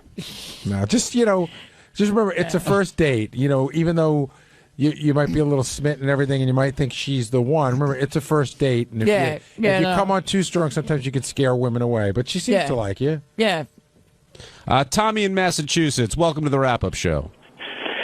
Keep it real up in the field, all right? What's up, guys? Hey, Tommy. Hey, Pete, you were awesome today. Thank you. It was surprising that you picked the one in the wheelchair, but I understand. You know, the fat one said, was her name Large Marge? No. Because she said that she didn't like to get oral sex, she liked to give it. Right. That's usually the winner right there. But you know what? Yeah, will be very great true. Show? Yeah. Great show. Mark the Bagger and Pete Tourette's. Thank you, man. All right. Thanks for the suggestion, Tommy. Chris, I guess you said before, might have been a little bit of aggressive, but it seemed like she was up for anything. I mean, I would think. Yeah, she definitely had a little bit of mine. Hey, she was very sweet, but her weight didn't bother you at all? Like, you're still physically attracted to her? It wasn't a weight issue at all. But so you're physically attracted to her? Was I physically attracted to her? Yeah. Not 100%, but yeah. I mean, there was some attraction there. That's cool. Yeah. So what would be a turn off? I mean, that's great if you can. Yeah. Just the fact that she said she wanted to lose all this weight was kind of cool to me because she was conscious about that. You know? Right. What would be a turn off, Pete? What would be a turn off for you? Like, what could the girls have done or looked or said that you would have been like, game over, forget it, I'm not interested? Well, he said it last week. Full-blown AIDS. Hey everybody, it's 𝗛cie, and on Wednesday's wrap-up show, Dan the song parody man called in to refute some claims that people were making, and wouldn't you know it, him and I got into it, things got heated, and we decided to end it like men, in a comic off, which sounds really gay. Check it out.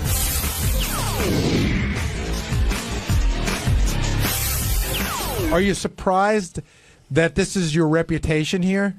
No, I'm not, because you guys constantly try to fucking prank me, constantly try to throw shit at me, and you have nothing. You have fucking nothing. So you have to make shit up.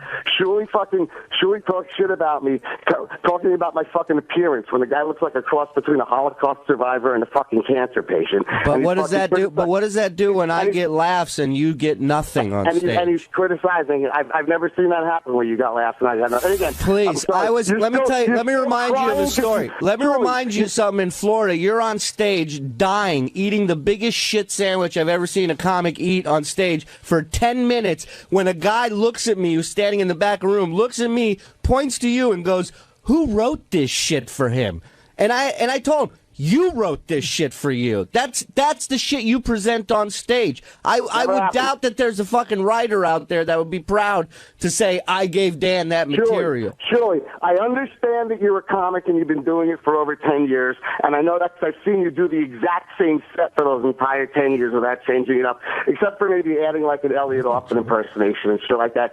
And I'm sorry to get that. I didn't mean to say that you're a bad comedian when I said lack of material. I meant that you had a slow news day, so you ran a bullshit news story on me. And if you're offended about that, then fuck you, man. I thought we were friends. When you fucking first came to New York with no money in your pocket and J-Rock didn't fucking reserve the hotel for you, I fucking bought your fucking hotel room for you. Until I got my career started, and I thank you for that, Dan. I really do. No, you didn't get my... I didn't get well, then what the fuck are you taking credit for? What are you taking credit for? I came out here because I was booked on the Stern Show, not the fucking room with you in an apartment that you're not even paying for. No shit, I bought you. You sitting here like you're fucking handing out people gold. You're squatting in some guy's fucking apartment with hair all over the fucking place. You're twisting the fucking story. It wasn't my apartment. I fucking put my credit card down for you to have a room at the Park Central on 7th Avenue. And I appreciate. Listen, that has nothing to do with what we're talking about. You attacked me first. You attacked me first. Chris, and I fucking picked you up at the fucking airport. So don't give me the. So what did I? And what have I done for you in Vegas, cocksucker? What did I do for you in Vegas? Who got you to go up on stages that you fucking can never set foot back on again because you sucked so fucking bad? Who helped you in Vegas with all the fucking connections I had? In Vegas, you lying fucking piece of shit. Fuck off! You're a fucking scumbag. You're a phony. You're a phony scumbag. That you used to fucking do. Fuck off. Fuck off. You had nowhere to go. You're banned from the Hard Rock. Where else are you gonna go? Say this to my fucking face when it's not gang up on fucking. You gonna bring one of your knives, Boy Scout? I don't need any fucking knives. Give me a fucking break. All you do is get outed on the air and then threaten people with physical fucking confrontation. That's all. That's your only fallback, dude. No, I'm telling you, be a fucking man and see if you can look me in the eye. I don't need to look you in the eye. The same fucking lies in person that you're trying to fucking get air. That's fine. I'll tell you face to face when you come up here for your 1 day of work a week. This is all I can say. I hope your child, when it's born, looks just like you. Hey, that's mean. What? I said I hope his child looks like its father. That's me. I know. Is that me? I don't know that. Is that to? Well, Dan. Is that to imply that Shuley's? Dan, stop talking for a second. Day one, and I've even fucking sat around and allowed you to fucking run bullshit on me when you have a fucking slow news day, and then you again with this slow fucking news day. The host of the show and numerous people told me not only did you take one gift bag, asshole, you took more than one, and I didn't even mention that on the air today. No, you're totally full of shit, and you're fucking. Everybody's full of shit but you. Everybody's full of shit but you, right? Yeah, absolutely. Right. You're never wrong. You can never take a step back and say, you know what? Maybe I was out of line there, right? We're all the fucking scumbag, lion, rat assholes, right? Somebody handed me something, okay? You guys are constantly trying to fucking set me up for shit. But when I fucking see you, you won't look me in the eye and tell the same fucking lies because you can fucking do it over the airwaves, but you can't do it to And my what are you fucking going to face. do? What are you going to do when you see me? You threatening me? You're going to come and punch me? You're going to come and fight me? No, I want to see if you're capable of fucking telling the same lies while looking me in the face and showing the same anger and animosity towards me while looking me in the face. Because it's easier to lie to somebody or lie about somebody when you're not looking them in the eye. But Dan, here's a newsflash for you. I'm not lying about what I'm saying. I'm just telling you what the fuck went down, what I was a witness to, and what numerous people were a witness to. And I was in the fucking studio, jerk off. I was there. I saw the bags lined up against the fucking wall, and I watched you fucking walk off with one. No, you watched. You weren't there when the host of the show handed it to me. You watched me leave. Who was it? Crystal Gale with her fucking long hair that I mistook for you? Get the fuck out of here. Listen to me, Shuley. You're a fucking piece of shit. You're showing your fucking true colors. I am. I don't bring a second suitcase when I go to fucking help a friend so I can clean out their fucking room. That's a scumbag. That's a fucking scumbag. Never did that. Of course not. And again, fucking Sal keeps trying to crowbar that fucking story in that fucking Levy's old driver fucking said. Yeah, and now all of a sudden Yucca was witness to it. The last time it was somebody else.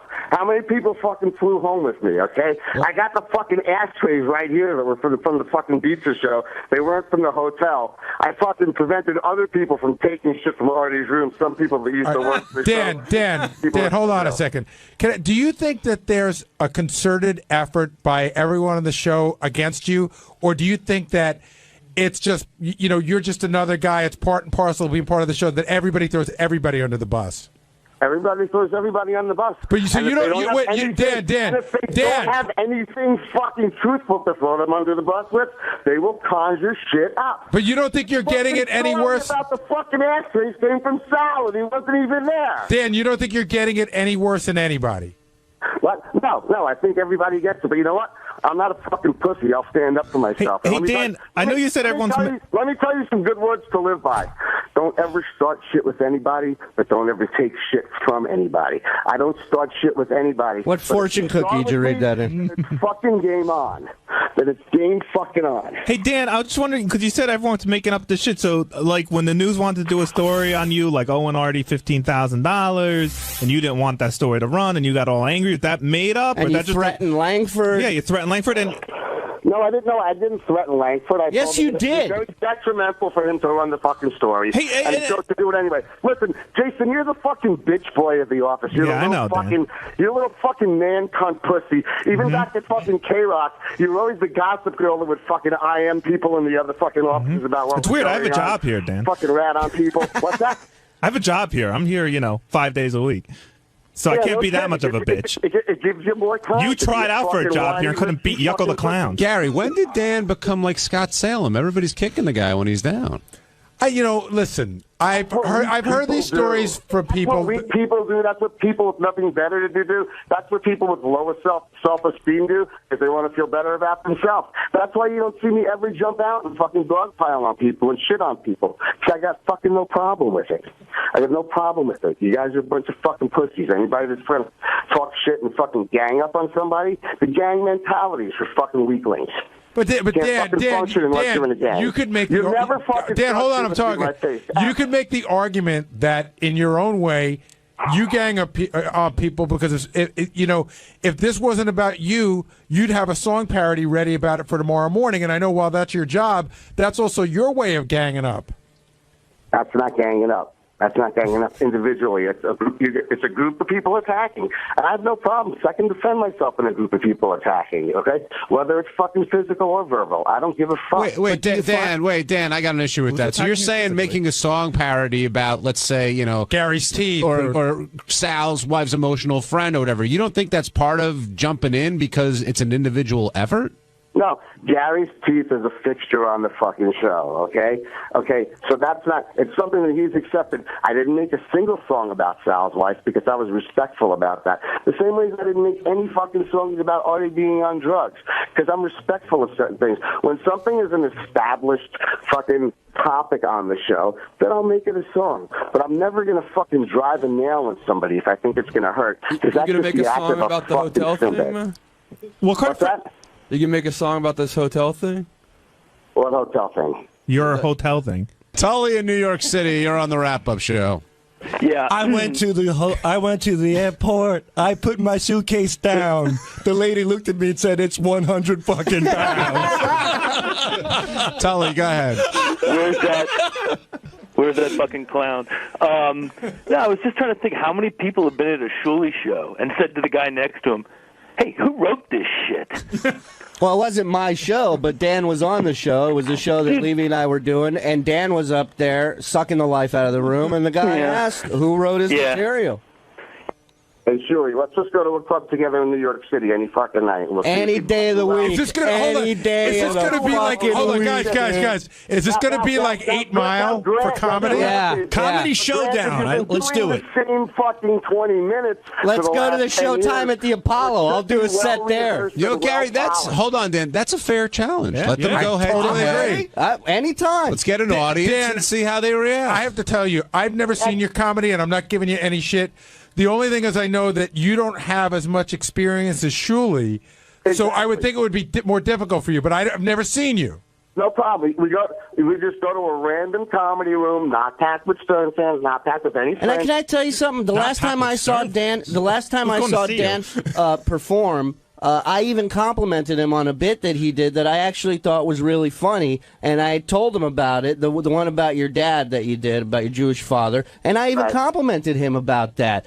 But, of course, because it was to my face, 𝗛cie. You're not looking me in the face right now. I just complimented you now on it, douchebag. Open your move the hair out of your fucking ears and listen to what I'm saying. I just complimented you on it on the air like I did to your face. And if you were standing in the studio right now, I'd tell you that you're an unfunny scumbag to your face today, like I did on the air. Hey, can we do the challenge, Dan? I'll the opportunity to do that in person any fucking time. Can we do the challenge tonight, Dan?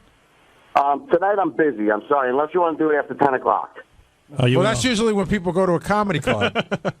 𝗛cie, could you do the challenge tonight if we found it? Caroline's. I'll set Well, don't say. Let's not say. Let's find another place. Okay.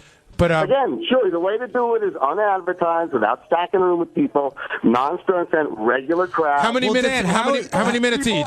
How is he How would he be stacking the room with people? You're on the show. 𝗛cie's on the show. I mean, do you think 𝗛cie gets an advantage there? I say 10 minutes each because 10 minutes you could pack in your best stuff. Right, 10 minutes each. 10 minutes and no Stern stuff at all. Just no audience at all. Yeah, I mean, why wouldn't you advertise your comedy? That's every show, Benji. Yeah. What kind of logic is that? No, he's saying he wants a fair audience. He wants to take the trial to another city. No, he's got a point. He does have a point about that. Yeah, I know. I'm in. So they're going to walk up and they're going to people who have no predisposition to the show. You don't have to announce it. You just walk up to a club and let's see what happens. I could laugh for 20 minutes straight at your fucking Elliot Orphan impression. I could laugh for fucking 10 minutes straight at your Bobcat Goldthwait impression because I'm old enough to fucking remember who he is.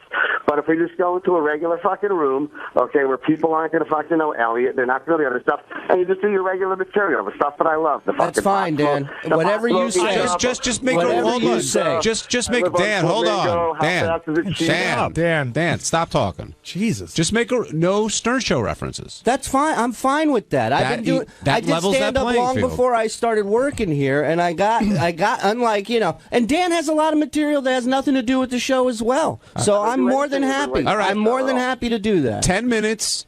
No Stern Show references at a site you guys agree on. This is like 3 o'clock. We don't know if it'll be tonight, but whenever we do it, make sure TV knows about it because I want it taped and I want audio for the show. And if Dan loses, he cuts his ponytail off. How's that? Yeah. So what does Shuli have to offer? He's going to grow hair if he fucking loses? I'll shave my ass hair. No, Dan, if you lose, you fess up that everything you said, every dispute you've had with all these so-called lies is truthful. You admit. None of them are truthful, so I'm not going to fucking lie, and I'm not going to fucking lie under any circumstance. And I wouldn't want him to do that. Let me tell you something. In my defense, if I take my best 10 minutes, and even if it kills, if you put it on TV, whoever loses, still 10 good minutes I have. Whoever loses has to kiss the head of my cock.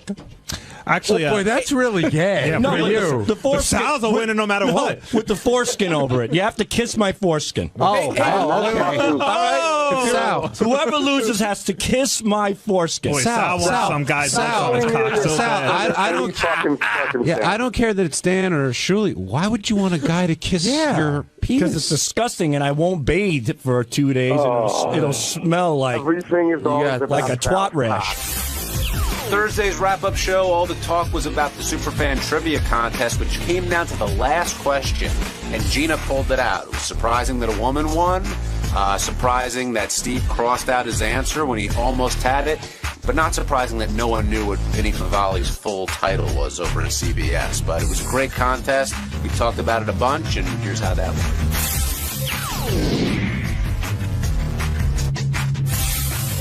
The Superfan Trivia Contest that was won by Gina, who it really came down to the last question, Gary, and she stuck with her answer, and I feel bad for Steve, who came in second place because he had it and then he just let it go. Yeah, we should point out that when you see it on Howard TV, I have a monitor in my office. So when people were writing down the answers to their questions, the camera sort of pans across so you could see what everybody's doing. So I could see the answers that people wrote down before they revealed them.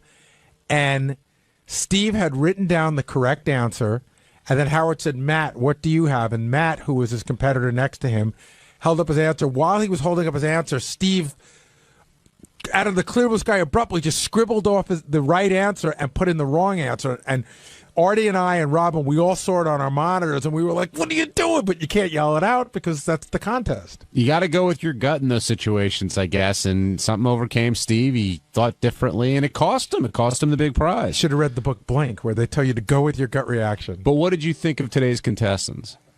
They were all really good. I could tell that, what was the guy from Boston's name again? Matt. I could tell that Matt was going to have Matt was at a disadvantage just because of his age. You know, it's just one of those things where you really have to have been listening to the show for a long time to run the gamut. But for a guy his age, I thought he knew a lot. He did very well, and I thought the questions, they didn't go far necessarily that far back in Stern Show history. I mean, there was a question about Java and a couple others, but I thought he did well. But Steve and Gina both, hey, they know their stuff. I thought Steve was a slam dunk. When I saw him in the green room, I had played him, I think, on Stump the Booey, Beat the Booey, and I beat him, but he was really, really good. But she was great. God bless her, man. She really kicked ass. And I've heard through people who work on the show here, I guess she's sort of in the inner circle of some of the Wack Pack and the Killers of Comedy.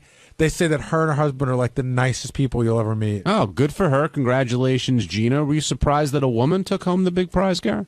A little bit. I mean, I've met women who are big fans of the show, super fans, but there's just so few of them that I mean, there are a lot of female fans of the show, but there are very few women who really, really know their stuff. And I just thought that guy, Steve, you know, he had a cockiness to him, and he just looked in a confidence. I thought he was going to be able to pull it off. Now, Matt from Boston said a couple of things I found compelling. One was how the pride he took in heckling Artie and getting Artie to notice him, you know, right, just being acknowledged. Do you encounter that as well? Like somebody, if they can get you to react to a Baba Booey, you know, the pride they take in annoying you in some instances? I guess. I mean, I only see the part where I'm annoyed. I don't know the pride that they take. I don't know if they go home and, you know, brag to their family. I think one of the most annoying ones, you know, I get it all the time, and sometimes it's a term of endearment, and sometimes people say it with like a, you know, like a thickness to it. They're like, "Hey, what's up, Baba Booey?" And, you know, you could tell it's like that. But one of the most annoying ones is when I first moved up to Connecticut. I was in the supermarket, and the guy got on the speaker, and he's like, Baba Booey, third aisle, Baba Booey. And I'm sure he went home and told his whole family, I tormented Baba Booey today. That's so fun.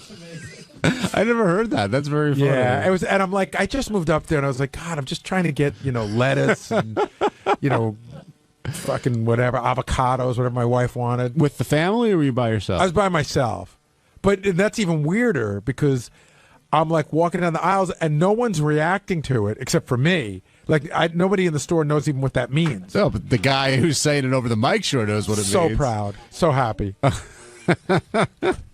And the other thing Matt said was how big of an Eric the Midget fan is, and he was just thrilled beyond belief to be able to speak to Eric on the phone. How did you think Eric handled those accolades that Matt gave him? Oh, the way he usually does, barely breathing. You could tell, Eric, you're the greatest. I think you're the best. Da da da. 5, 4, 3, 2, 1. The long pause. Good. You know what I mean? Like the guy, he has no feelings. He did apologize to Artie, though. Not to me. He didn't apologize to me. Yeah, I don't think you're getting an apology. Yeah. He did. He should have. Listen. He jumped the gun. He crawled all over Artie without having all the facts. That's true. Now, well, I shouldn't say he crawled.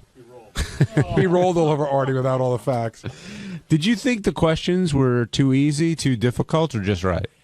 It's very difficult for me to judge that because my knowledge, I think, is so extensive that I wonder how much a fan knows.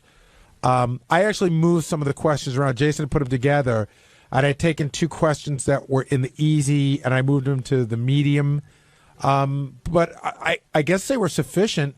The way you failed on a question is when nobody gets the answer. Mm-hmm. And there was one of those today where no one got the answer. I thought that made it. I mean, it was so. I thought it was calibrated just right, and I think even the fact that there was one thing that everyone missed, I thought it made it kind of interesting. There was, I've been here a long time. There's a couple things I didn't know and a couple things I did. I was impressed. Did you think it was going to come down to knowing 𝗦𝗵ici𝗿𝗍𝗍's title in full? I don't know if anyone knows that. That's a great. Even I had everything about it right, except instead of calling him vice president, I called him head. I always call him head of head of late night programming, CBS East Coast. But now, do we know, is he still that? Because that's what he. Yes. Okay. Yeah, vice president, CBS late night East Coast late night vice president late night programming. Isn't it development or no? CBS East Coast. Late night program. They haven't developed anything in 20 years. The East Coast is a kicker, but Steve, on the East Coast. Well, that was the fun part. Yeah, East Coast. Well, Steve, though, almost had it. He just had director instead of VP, and he didn't have CBS. And Gina was close as well, but she didn't have that full title. That was a good question. Yeah, that question was a killer. Were you worried that Howard was going to run out of questions? They kept getting them all right. Well, yeah, John, you and I were in the back. It got to the point where they were getting them right. John and I started trying to come up with some good questions just in case Howard said, what am I going to do? Because I hate it when he says, all right, we have nothing left. Let's just split the money. It's a game. You should have a winner. Yeah, and these guys set the bar really, really high. And again, congratulations to all of them.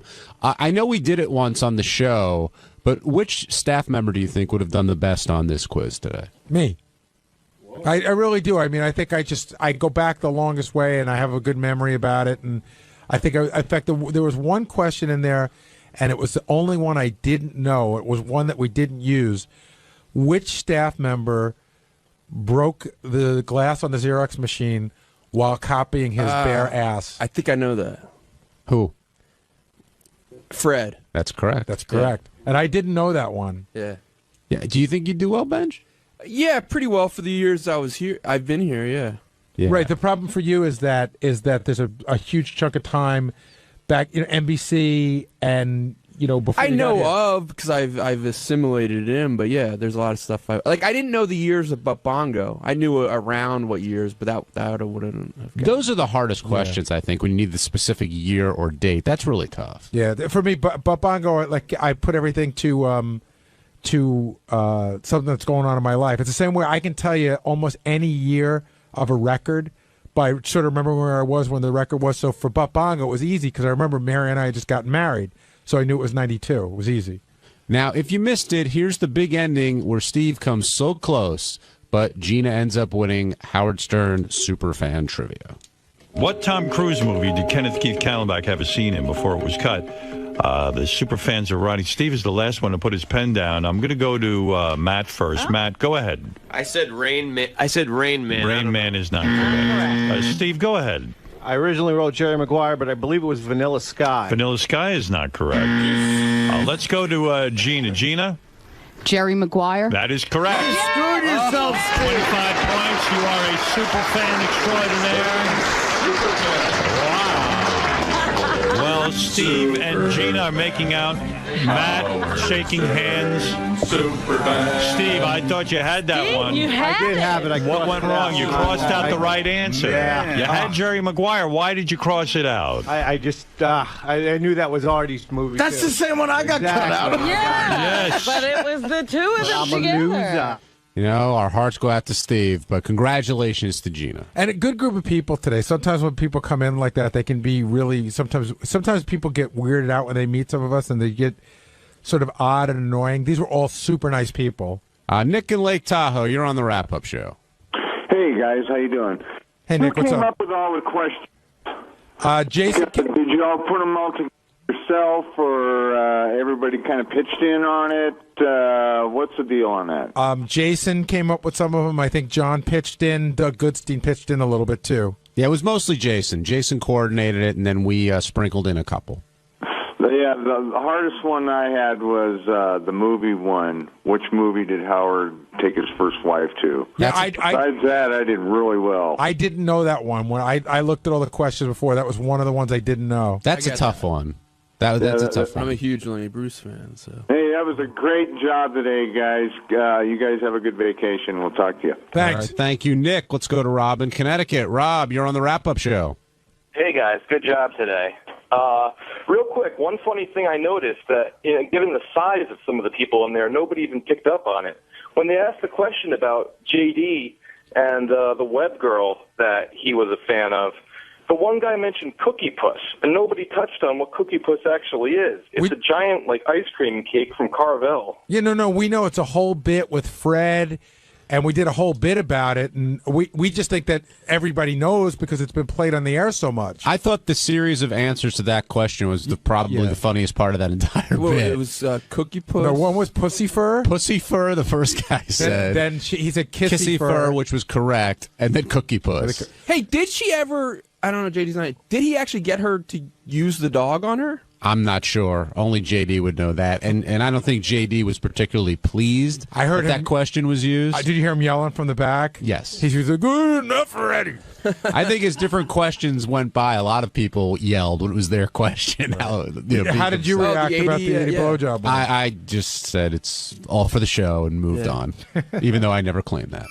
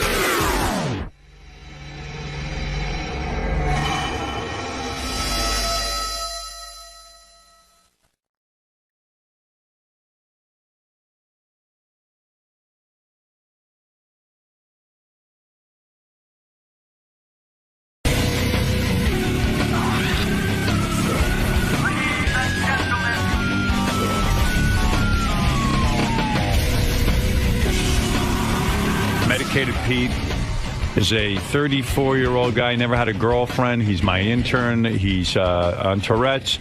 Let's bring Pete in. Where's he coming in from? Come on, Pete. Who knows? Who knows if we can find him? There you go. There he is. Medicated Pete. How What's going on, guys? Take a look at the girls. Don't look down at the floor. He's looking down. Poor Pete. He's so shy. What's up, guys? Hi, Pete. That's right, girls. Say hi to Pete. What's going on? Pete. What's up, man? Pete, are you Tourette'ing right now? I'm taking out like it's going out of style right now. And you got 3 girls who have seen you. They understand you have Tourette's. They're interested in you. Pete, what are you thinking? Who do you feel the connection with? Out of all due respect to to the 3 candidates on the show today. Go ahead. I give the rose to Dinah. Dinah, you were contestant number 1. You're in a wheelchair. Dinah just wheeled out of here. I'm sorry. She left. She left. Why? You're shocked. Why Dinah? Well, I kind of feel that I have a connection with her. Kind of from that.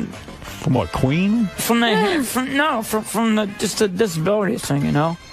Let me just talk about Pete's date real quick. I'll give you the update. Pete, come on in. Hey, Dinah. Hello? Dinah? Yes? What was that? What? You were like this. I have to pee. Oh, you have to pee? I have to pee, yes. So why don't you go pee? Because I was waiting for you, but we Go can do pee this. now. I'm feeling too much pressure. No, it's okay. We can do this. Pee, well, listen. Want to bring? Are you there? Want to bring the phone with you into the toilet? No, it's okay. All right, Dinah. Yeah. Bottom line, I want you to be honest. Don't hold back. Hey, Pete, how you doing, man? What's up, guys? Wait a minute. I want to know from Pete if he had a good time on his date. Personally, I did have a good time. Okay. You had a good time on the date? Yeah. You guys went thought to lunch? It went well? And we had a good time. You went to lunch? Yeah. You had some conversation? I was some conversation. Yeah. Then you guys rode the mechanical bull? Well, you did. That was Dinah pretty did. fun. She did, too. She did? Yeah. All right, we got some film. We'll show that. We'll show we got some video. Yeah. All right, Because I Dinah. just wanted to know his perception of how All right. things went. Dinah, Right. I really want honesty here. I don't want you to sugarcoat it. Okay. How did it go? Well, I did have fun on the bowl and stuff, but I have to be honest that it was really tough. Yeah, I could tell. I didn't watch the video. I listened to the audio of the video. Okay. And I'm sitting there going, there's no way this girl's going to be into Pete. There's no way. First of all, she's cute. Wait a minute. Let me ask And- you something. Did it start out with her being interested? Did he lose her interest or... All right, here's the bottom line. I'm going to teach Pete. This is good I got to hear these tapes because now I know how to work with Pete. Pete could have shit going on. Mm-hmm. Your perception was it went well, Pete? I thought so. Yeah. Yeah, I don't want him... I didn't want him to hear that there was any 'Cause- reservation on her part. 'cause I when- wanted to Maybe know I'm- what he thought. Right, I understand. Could now when you Maybe I'm not seeing it properly. I don't yeah, know. exactly, because you were like That was a good date. you saw her, you were physically attracted, and I don't blame you. I thought she was cute, and you were feeling even love for her, right? Yeah. Yeah, and you left that date thinking that you were going to get a shot with her again. No, I had kind of reservations. What do you think went wrong? I don't know. I can't really put my finger on it. you know? See, now this is with Yeah, your I prompting. can't He's really now do that. seeing. See, I wanted to know. I understand from what you him wanted to know, but I have that- to cut to the chase. Yes, but I really Yeah. wanted to hear that he thought it was a good date. He, He thought did. he had a chance. He, you know. Yeah, he thought he had a shot. Yeah. You thought you had a shot, but I'm telling you, Realistically, no. I mean, it went horribly. I was listening to the audio. It was a terrible date. I'll tell you what, and I'll sum it up for you real quick. Because you haven't had a lot of experience. You're 34 years old. You haven't had a girlfriend. And Dinah, you tell me if I'm right. Okay. You didn't ask her any questions, man. Yes. You know, yes. it's not your looks. It's not your affliction with the Tourette's. You couldn't have been any less interested in her. When you're out with a girl and there are such long silences, you wouldn't believe it. Real uncomfortable long silences. Were there? All Pete had to do was pretend you're the host of an interview show. And here's your subject, Dinah. And you're there to hear everything about her life. Right. All you had to say to her was, Dinah, I'm so interested in, your life. So tell me where you were born. Boom. I was born in a small hospital and blah, blah, blah, blah, blah, blah, blah, blah, blah. Okay. But you got to listen. You got to listen because you got to have follow-up questions. And so you conduct an interview with a girl. And this is a great lesson for guys. And it took me years to actually realize this, that it's really not that hard to talk to girls. All you got to do is pretend to be interested in them. Mm-hmm. Pretend? Be interested in them. Here's a girl in a wheelchair who's going to go to law school. So what do you say to a girl? Be some interesting what do you stuff. say, Pete, to a girl who's going to law school? What type of law are you interested in? You didn't think of that yesterday? Listen, like this. Here's what you say to her. What made you want to go to law school? Were you intimidated by going to law school? What kind of grades did you have in high school? Was this your dream your entire life to be a lawyer? Was your father a lawyer? Anyone in your family a lawyer? What is it about the law that interests you? Do you ever get frustrated that lawyers have such a bad reputation? Dude. This would have been great conversation. She would have been putty in your hand. She would have said, you know what? I finally met a guy who cares about me. You hear what I'm saying? What race would you most like to put in jail? Any question would have worked. Something, Artie. But, Pete, you didn't ask her a thing except you rehashed one time. It was getting so uncomfortable. He finally goes through again. What kind of music are you into? Which is what we asked her on the show. You knew already. You should have even said, gee, I thought it was really interesting you're into Queen. Because, you know, I've always wanted to see them in concert. Did you ever get to see Freddie Mercury live? Something. What concerts have you been to? Yeah. You went right back to the same question. What happened? You froze up, dude. I did. Were you interested in her? I did. I was just so nervous. And man, you choked. It just... You choked didn't on this go one. well. You know what, Pete? When you want something, you have to get over the nerve. Well, not only that, it got so quiet in there. All they were doing is eating. And Pete's, like Not most guys who are, eater. he's not the greatest eater. You know, a lot of food flying all over the place. And, right, Dinah? Yeah, that's just part of the food date is the messiness sometimes. But you would have been okay with it if the guy was really a good guy asking you questions. You know, when girls say, I want to only meet a great guy, all they're talking about is some guy who wants to ask him a few questions. Mm-hmm. I'm telling Interested. you. Yeah. All right, I'll play you some of the tape here, Pete. Oh, this is brutal. Painful. Painful. Here we go. I'm not so sure if I want to hear it. But... No, it's good for you to hear. Go because ahead. if I get you another date, you can't blow it like this. Any question, Yeah. like what kind of gravy would you like on your shirt? But what, Yeah. you got, Pete, you ready to hear this? What? I'd rather go just to chalkboard, but Go ahead. Don't you want to learn something? This is the Yeah, of tough course. part of the tough whole part of stuff. learning, Yeah. All right, okay. here we go. Medicated Pete. Let me find Let's what do it. page. I got you. I listened to this morning. I had a hard time with this here. I wanted to just give you a hug and say, Pete, this chick was a winner. You could have had this chick out of her wheelchair, laying there in the bed with those wobbly legs spread, and you could have been inside. This is not a girl who, she ain't too particular. Right, Dinah? I have standards. I understand. But no guy's getting into those pants if you don't ask her a question. Conversation. Yeah. Yeah, I could tell. You didn't even give him your number. She did. You got the number? Yeah. I did because it was kind of an awkward situation. I wasn't sure what to. What to do? Yeah. Yeah. I once gave my number to Charles Manson because of it. It's just awkward. So I said, here. You see, you got the number, but you ain't never. You didn't call her last night, did you? No. No. She's already changed her number, I bet. Your email address, too. That's one of those temporary phones. Yeah. How soon into the date did you know it wasn't working, Dinah?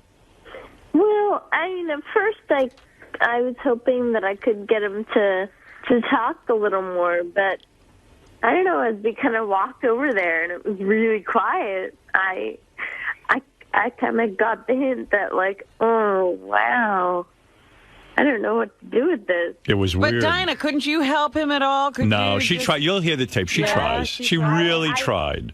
Yeah. Oh, dear. And, hey, I was leaving work. I saw Pete crouched down in the hall with his head down, and Diana's sitting next to him, and he wasn't saying anything to her. I knew there was going to be trouble. Down. I should have pulled you aside right then and there, Pete. Right? I should have given you a little lecture on how to handle it. I was getting kind of nervous. Is that what happened? Yeah. What are you so nervous about? Because I didn't, I don't know. You thought she was out of your league? No. With the... I don't know. Well, Pete, when you've been sitting at home thinking about, girls, you've been dying to have a date, right? Haven't you rehearsed this in your brain a million times? Let me ask one question. Yeah. What happened? What do you mean you got nervous? Well, it probably all went back to that staring thing in the hallway with the equipment. When you were staring? And I saw you walk by, so I kind of wanted to not rehash that a little bit, What are you talking about, Howard or the girl? Howard. What did I do? We're talking about the girl. No. Like I said, it all came back to that staring thing when you were walking down the hall, Yeah. So I was. I don't know what you're talking about. All right, here we go. Here's Medicated Pete's date. But I want to know, didn't you ever think about what a date would be like and what a great date? Obviously not. You were dreaming about a date and... All right, let me get to the tape, brother. Let me get to... Okay, don't rub it in too bad to him. All right, he knows he blew it. I'm explaining it to him. Medicated Pete, here's his date. There's a lot of eating going on. What'd you order, by the way? Hamburger. Hamburger ain't for you on a date. Ooh. What you got to order is a glass of water. Tea. And tea. Tea and water. That's your meal. Not even got soup. a pedophore. All right, here we go.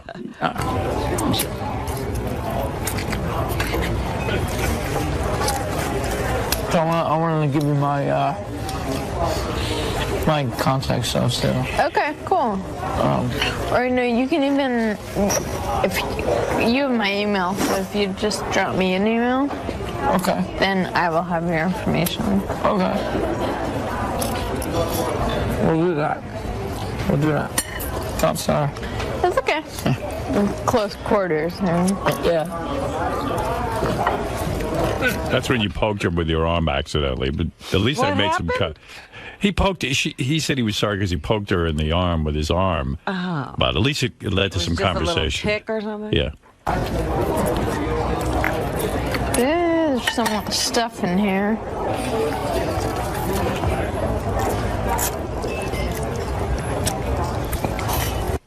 So, yeah. I mean, it was like that. Like, she's eating and trying to get something. So here's some more. Hey, Howard? Yeah. I mean, this is making me sad to say. I think Pete's near tears. Oh, are you? Oh, Pete, you are? Oh, no. Oh, no. Pete, I'm going to get your girl. Don't worry. This is a good... This was the warm-up. I was, Oh, dear. You're going to be fine. Come on, I mean, well, I mean, I don't know.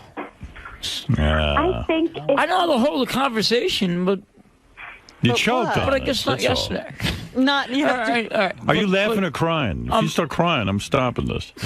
I'm laughing my ass off. Oh, okay, good. I mean, So only once again, Gary read the situation all wrong. only just because I'm like, No, we You all are did, sad. Howard. The TV guys, too. Oh, okay. No, I'll stop talking about it. I don't want to make you feel No, bad. I mean, Pete, do you want to learn? I feel better though. I want to learn from this. Come on, Rob. Wouldn't you want to hear every shit date you've been on back on tape? If you want, I'll bring JD in to make you feel better. This is good. And millions of people. He's worse on dates than you. This is good though. JD's like this. I've been on dates that make this look like fucking Cinderella and the Same Prince. book. No, come on. Well, at least you're better off than JD. Right. JD's like this. I don't care. Whatever. What? Listen to me. I got the solution for you. I'm going to fix you. Don't worry. This is going to have a Do you happy think there's ending. no chance with Dinah anymore? Oh, no. The Dinah's gone. You Done. don't want another date, Dinah? I could not do another day. Ooh. It was a lot of work trying to Yeah, she did. You know, keeps the conversation going the whole time, and I just don't think I could do it again. I hear you. Rough. Dinah just put a faster motor on her wheelchair. Yeah. She got out of town here. Do you have roommates or? No, I actually living at a home right now. Okay.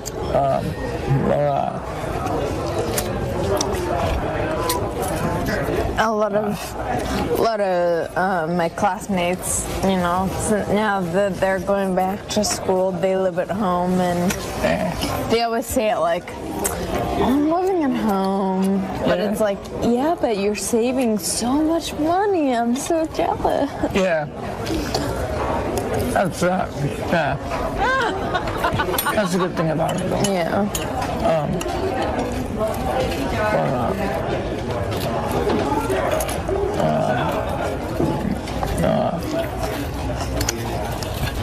Do you get along with your parents? I do. That's good. What? That must have been some burger. Let's put it this way. It ain't. I was tiring listening to it. I want to just go lay on the couch now. It isn't exactly The Bachelor. Oh, Pete, what are you thinking? Listening to myself. No, I actually living at a home right now. Okay.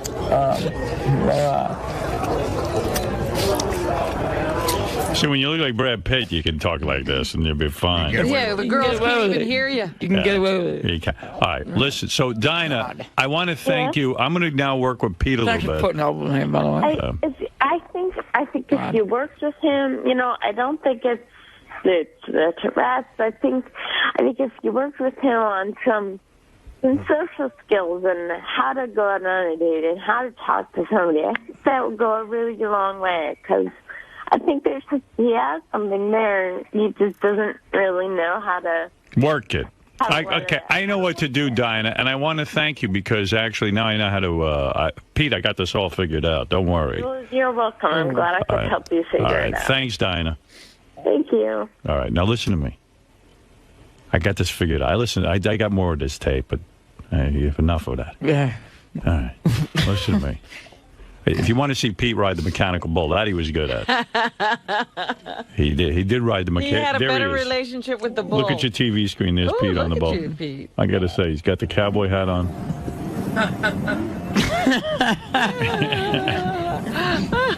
That I got to admit, you did well. There's some place like that in New York.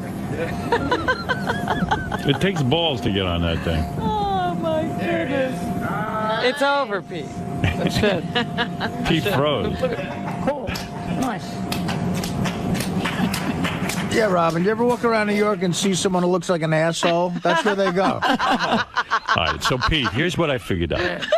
I got this figured out. The way you're going to score with chicks, you just got to pretend you're me interviewing a chick. This is going to be the key. So when you go on the date, you're no longer you. You're me. I'm you. You're Howard Stern of the Howard Stern Show. And now you're going to engage these girls in conversation. Okay. All you're going to do is ask questions about them. That's the only pressure you got. To think up questions. Just ask questions. Think about Dinah. What's her thing? She wants to be a lawyer. She wants to be a lawyer. So, yeah, Robin's right. So she wants to be a lawyer. You go, hey, so what type of law you want to practice? Then let her talk for a while. Let her talk herself silly. These girls will talk for fucking 2 hours when you ask them a question. They're so starved for daddy. Well, actually, Howard, listen there's to a me. little bit more to a conversation than just Hold on. one Would you question let me and finish my advice? This is man to man. All right, but you're steering him wrong. No, Man to man. Man to man. You're steering him wrong. She's a girl. She doesn't know. Listen to me. All right. Sorry. Listen, I'm no beauty. I get girls in bed. Here's what you do. Then when they talk for a while, you listen to them. And you pick up on whatever they're saying. And then you ask a follow-up question. So she goes, blah, blah, blah, blah, blah, blah, blah, blah, blah, blah, blah, blah. You don't even have to listen to every word. But you also then all of a want sudden, to you give hear, some information about yourself. Because Yes. there was a thing in the conversation when Dinah's talking to him and she says, where do you live? He could have said, well, you know, where do you live? Do you have in your hell. own place? All right. You know, he never referred back. No, you should have said, "Can I live with you?" Here. So listen. I asked Miss Howard TV to hang around. Oh. I know you ain't getting her. She's out of your league. She's out of my league. She's out of everyone in this room's league. No one's getting her. No one's getting her unless, I don't know. Unless you're 49 and rich or something. Kind of effeminate. Right. She's going to come in. I'm going to ask her to role play. I'm going to say, hey, you're on a date with Pete. Ask her about herself. And stick to that. And then, like Robin says, okay. She says something like, oh, yeah, I once interned for a TV show. Oh, yeah, I really enjoy my internship, you could say. In fact, I work with Scott, the engineer, that Jesus Christ, he's a real bear, to work with. Something. You could throw in something about yourself. Not too much. Yeah. And then get right back to interviewing her. All you got to do is interview these broads, and you will get a girlfriend. You do what we all do. Bash Scott, the engineer. Right. Make yourself look better than other guys. I always put down other guys when I'm on a date. I always go, oh, that guy's an asshole, this kind of thing. Oh, yeah, Ganji's fat, sick all the time. Fred doesn't say anything. Benji, I don't know what he does. That kind of thing. People. Yeah. You understand? Oh, Artie's on heroin. Fucking mess. If I even see that a girl's a little bit interested in Artie right away, oh, he's such a mess. I mean, he's involved with that mother and the sister and the heroin. And, even if there's a chance. Right. I mean, I'm not going to make any other guy look good. All right. You're God's gift to the world. These girls just don't realize it. Why do you think we're here? Yeah. You understand what I'm saying? I understand. So when she walks in, become a new man. You're on a date with her. Where is that Miss Howard TV? Bring her in here, Ganji. All right? Let's pretend I never interviewed her.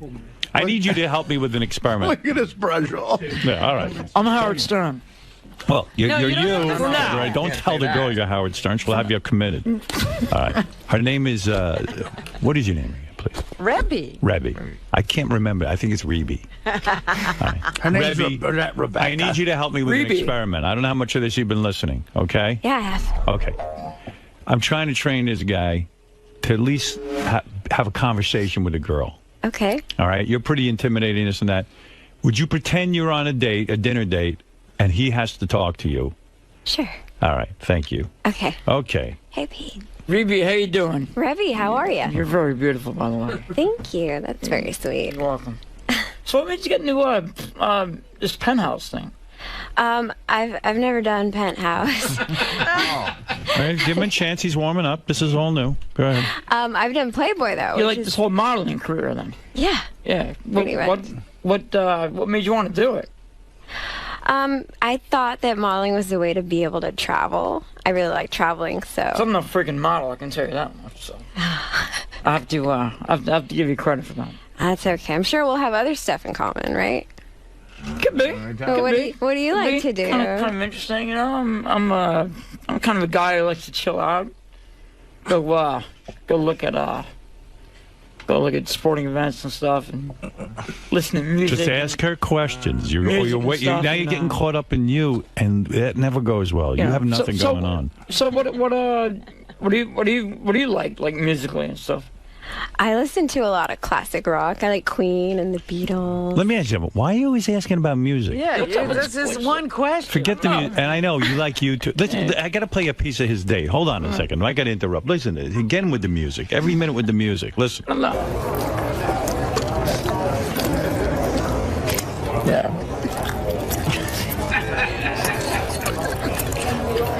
This eating ain't pleasant. He had to learn how to chew with his mouth closed. Lion. So you said you were into classic rock? What was that? That type of music? I like Queen a lot. I like Talking Heads. Her too. I don't know. I don't think I call myself a classic rock fan, but I don't know. I don't really have genres that I like. I just have like individual. Yeah.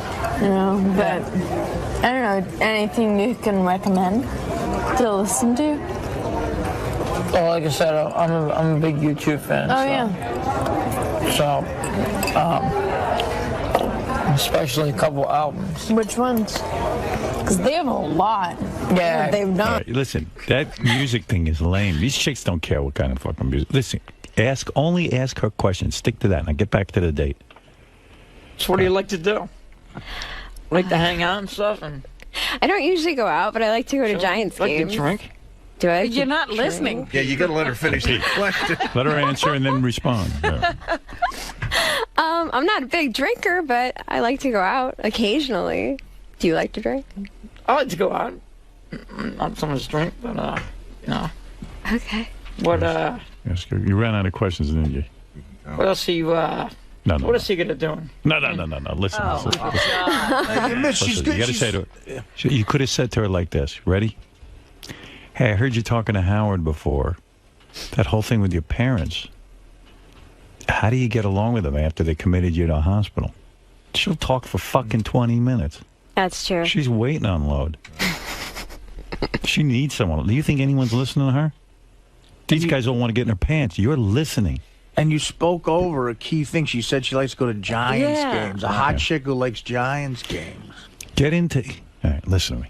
We got work to do. Oh, you got to do a lot of rehearsing with Pete. Yeah, you're going to get there. You were doing better. He was doing better with her than the other day. But it's still like a rat-a-tat-tat. He's just asking questions. Yeah. He doesn't care what she's saying. Ask her how many sacks 𝗦𝗵𝗄𝗏𝗱 had. I was waiting for that. I'm not in the room anymore. I'm going to send you back to your date with her. Okay. This beautiful Rebbe. Go ahead. So what made you become a Giants chick? Why do you like the Giants? Now, you don't have to sound so angry about it.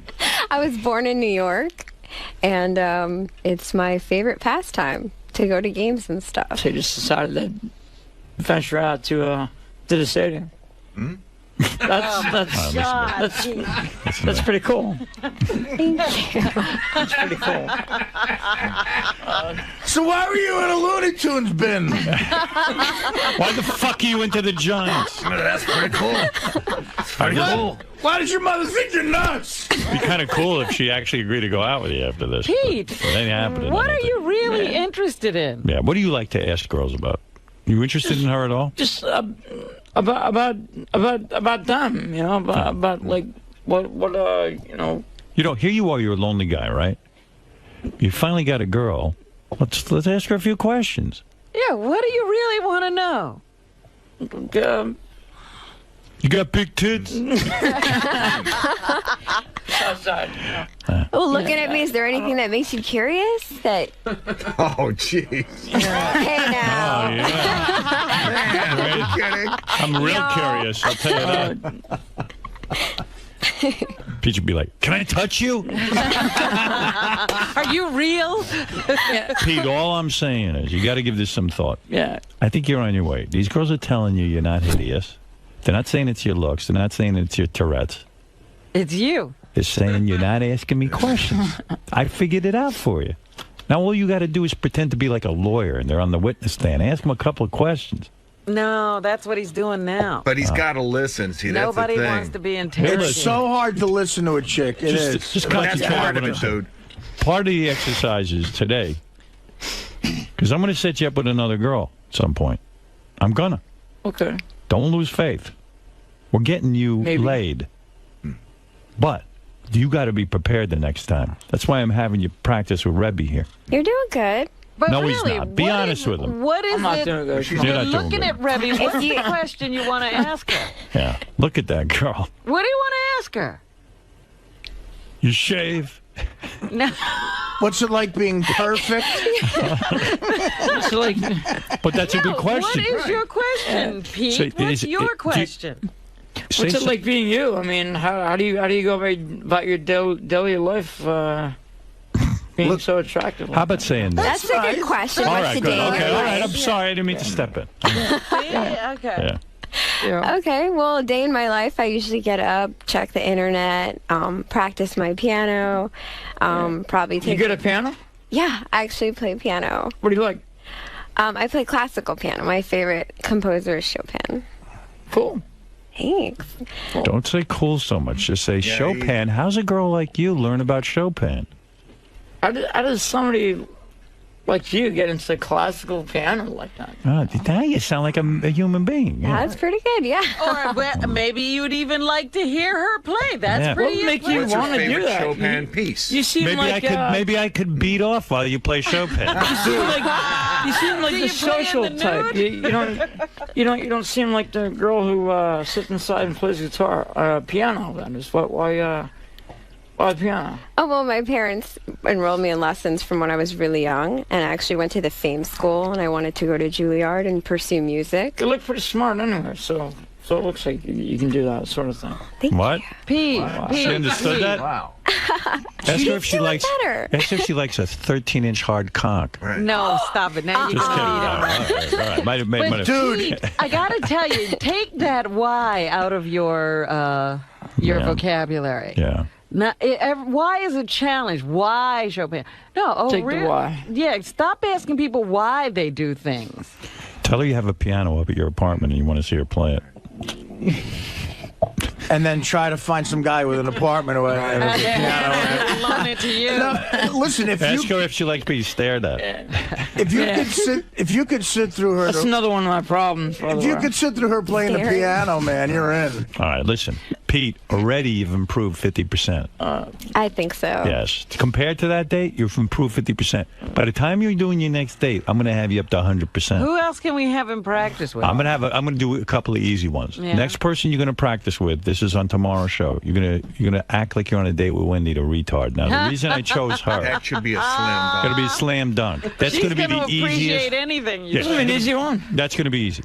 Then I'm gonna stick you in a room with 𝗦𝘁𝗄𝗿𝗱, who loves to talk about herself. She might be too hard. No, she's easy. Really? You ask Lisa anything, she can talk just for an go, hour. Yeah. You know. And I know you might actually even get Wendy the retard. But you might need to take no dose.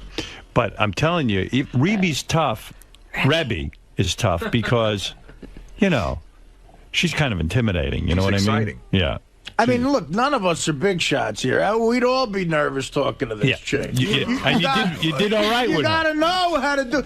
Yeah. And she's actually very sweet. Yeah. Right. She's a giant fan who's into Chopin piano. She's giving you a million ways to ask about herself. Chopin. How did you? Juilliard. You just say to her, man, how do you? Did you took formal training? How long?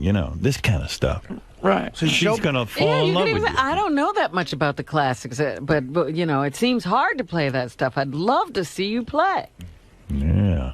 And then you got to sit through her playing. That's gonna suck. Hey, look at her. He'll be able to do it. Yeah. He's a music fan. I can tolerate. Yeah, you could tolerate sitting there listening to that music. Absolutely. Right. Chopin. You could say Chopin's my favorite vodka. Yeah. I know. You know that what? guy. Ask He her if makes she a good likes. vodka. Ask her if she likes guys who go to dinner with her and chew with their mouth open. Yeah, I got to work on that one. Yeah. Thank you, Rebby. All right, thanks, y'all. Thanks Good for luck, helping. Pete. See you later. Okay. Ooh. Bye. Can I pretend to be on a date with Rebby? Thank you. Pete, you just got a kiss. I knew it. Just because you acted interested. I like you. How about that? Yeah. How about that? She liked it. Do you think? Did you just come in your pants? I did not. All right, good. I did not. Did any of this get through to you? Are Yes. you hearing what we're saying? He's got it. It did. Like shit through a goose, Robin. No, I actually. All right. Tomorrow I'll have you interview Wendy. You'll talk to her. You'll pretend you're on the date with her. You're not going out with her. And then 𝗦𝘁𝗄𝗿𝗱. And then you're going to be ready. Then we're going to set you up on the date, and you're not going to blow it. Oh. You just need to practice. You've been rusty. It wasn't the fact that I had Tourette's at all. No. Zero. That has not been holding you back. I now figured out what's holding you back. I mean, You. that's good news, right? That's Not- good. not Tourette's. I mean, sure. Yeah. I can think Quick, myself. I'm a hot chick. You're on a date with me. Ask me something. What's going on? Oh God. No. Hi. Hi. How are you? That's rough, man. I saw you riding the mechanical bull over there. Looked like you wanted to say hello to You're me. so beautiful. Thank you. Thank you. Why do you want to talk to me? Oh God. Oh. Okay, listen, Pete. I'm gonna do the harmonies. I get that Y thing again. Yeah, Ralph, go ahead. And then Yucko's coming in. Go ahead, Ralph. Yes. I have some advice for Pete. I think while he's still working over there on the Howard Stern show, he should stock up on porno because he's not getting laid. It's a lost cause. What's with your voice? He's sick. Is he sick? Yes. Yeah, you know, a little. I don't know. I don't feel sick though. I don't know. I keep. I don't know. Whatever. But really, Pete, how do you blow it with a chick in a wheelchair? I mean, that's almost impossible. I know, man. It's all right. He blew Kicking myself now. But what happened between? Seriously, what happened between? You were on the show. You were all amped up. You're handing out roses. You were sort of fun and stuff, and then you completely shut down on the date. I froze up, man. He froze up. You can't give a guy a hamburger.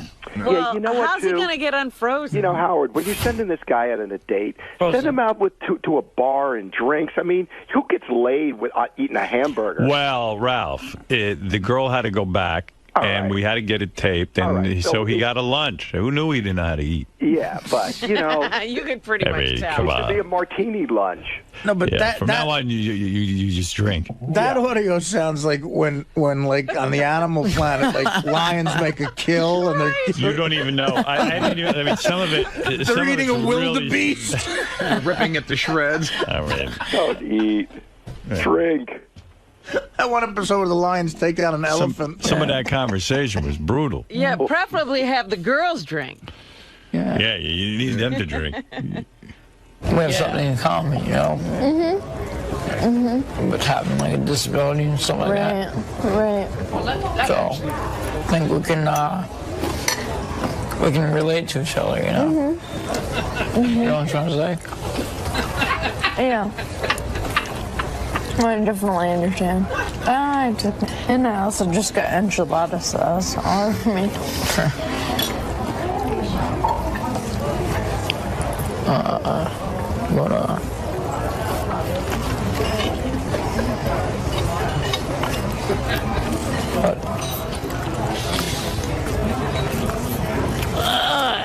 So you said you were diagnosed when you were like 10? 10 years old, yeah. Wow. Yeah. What did you think of it then? Was it hard, or did you not really? Nobody really knew what it was. Yeah. So,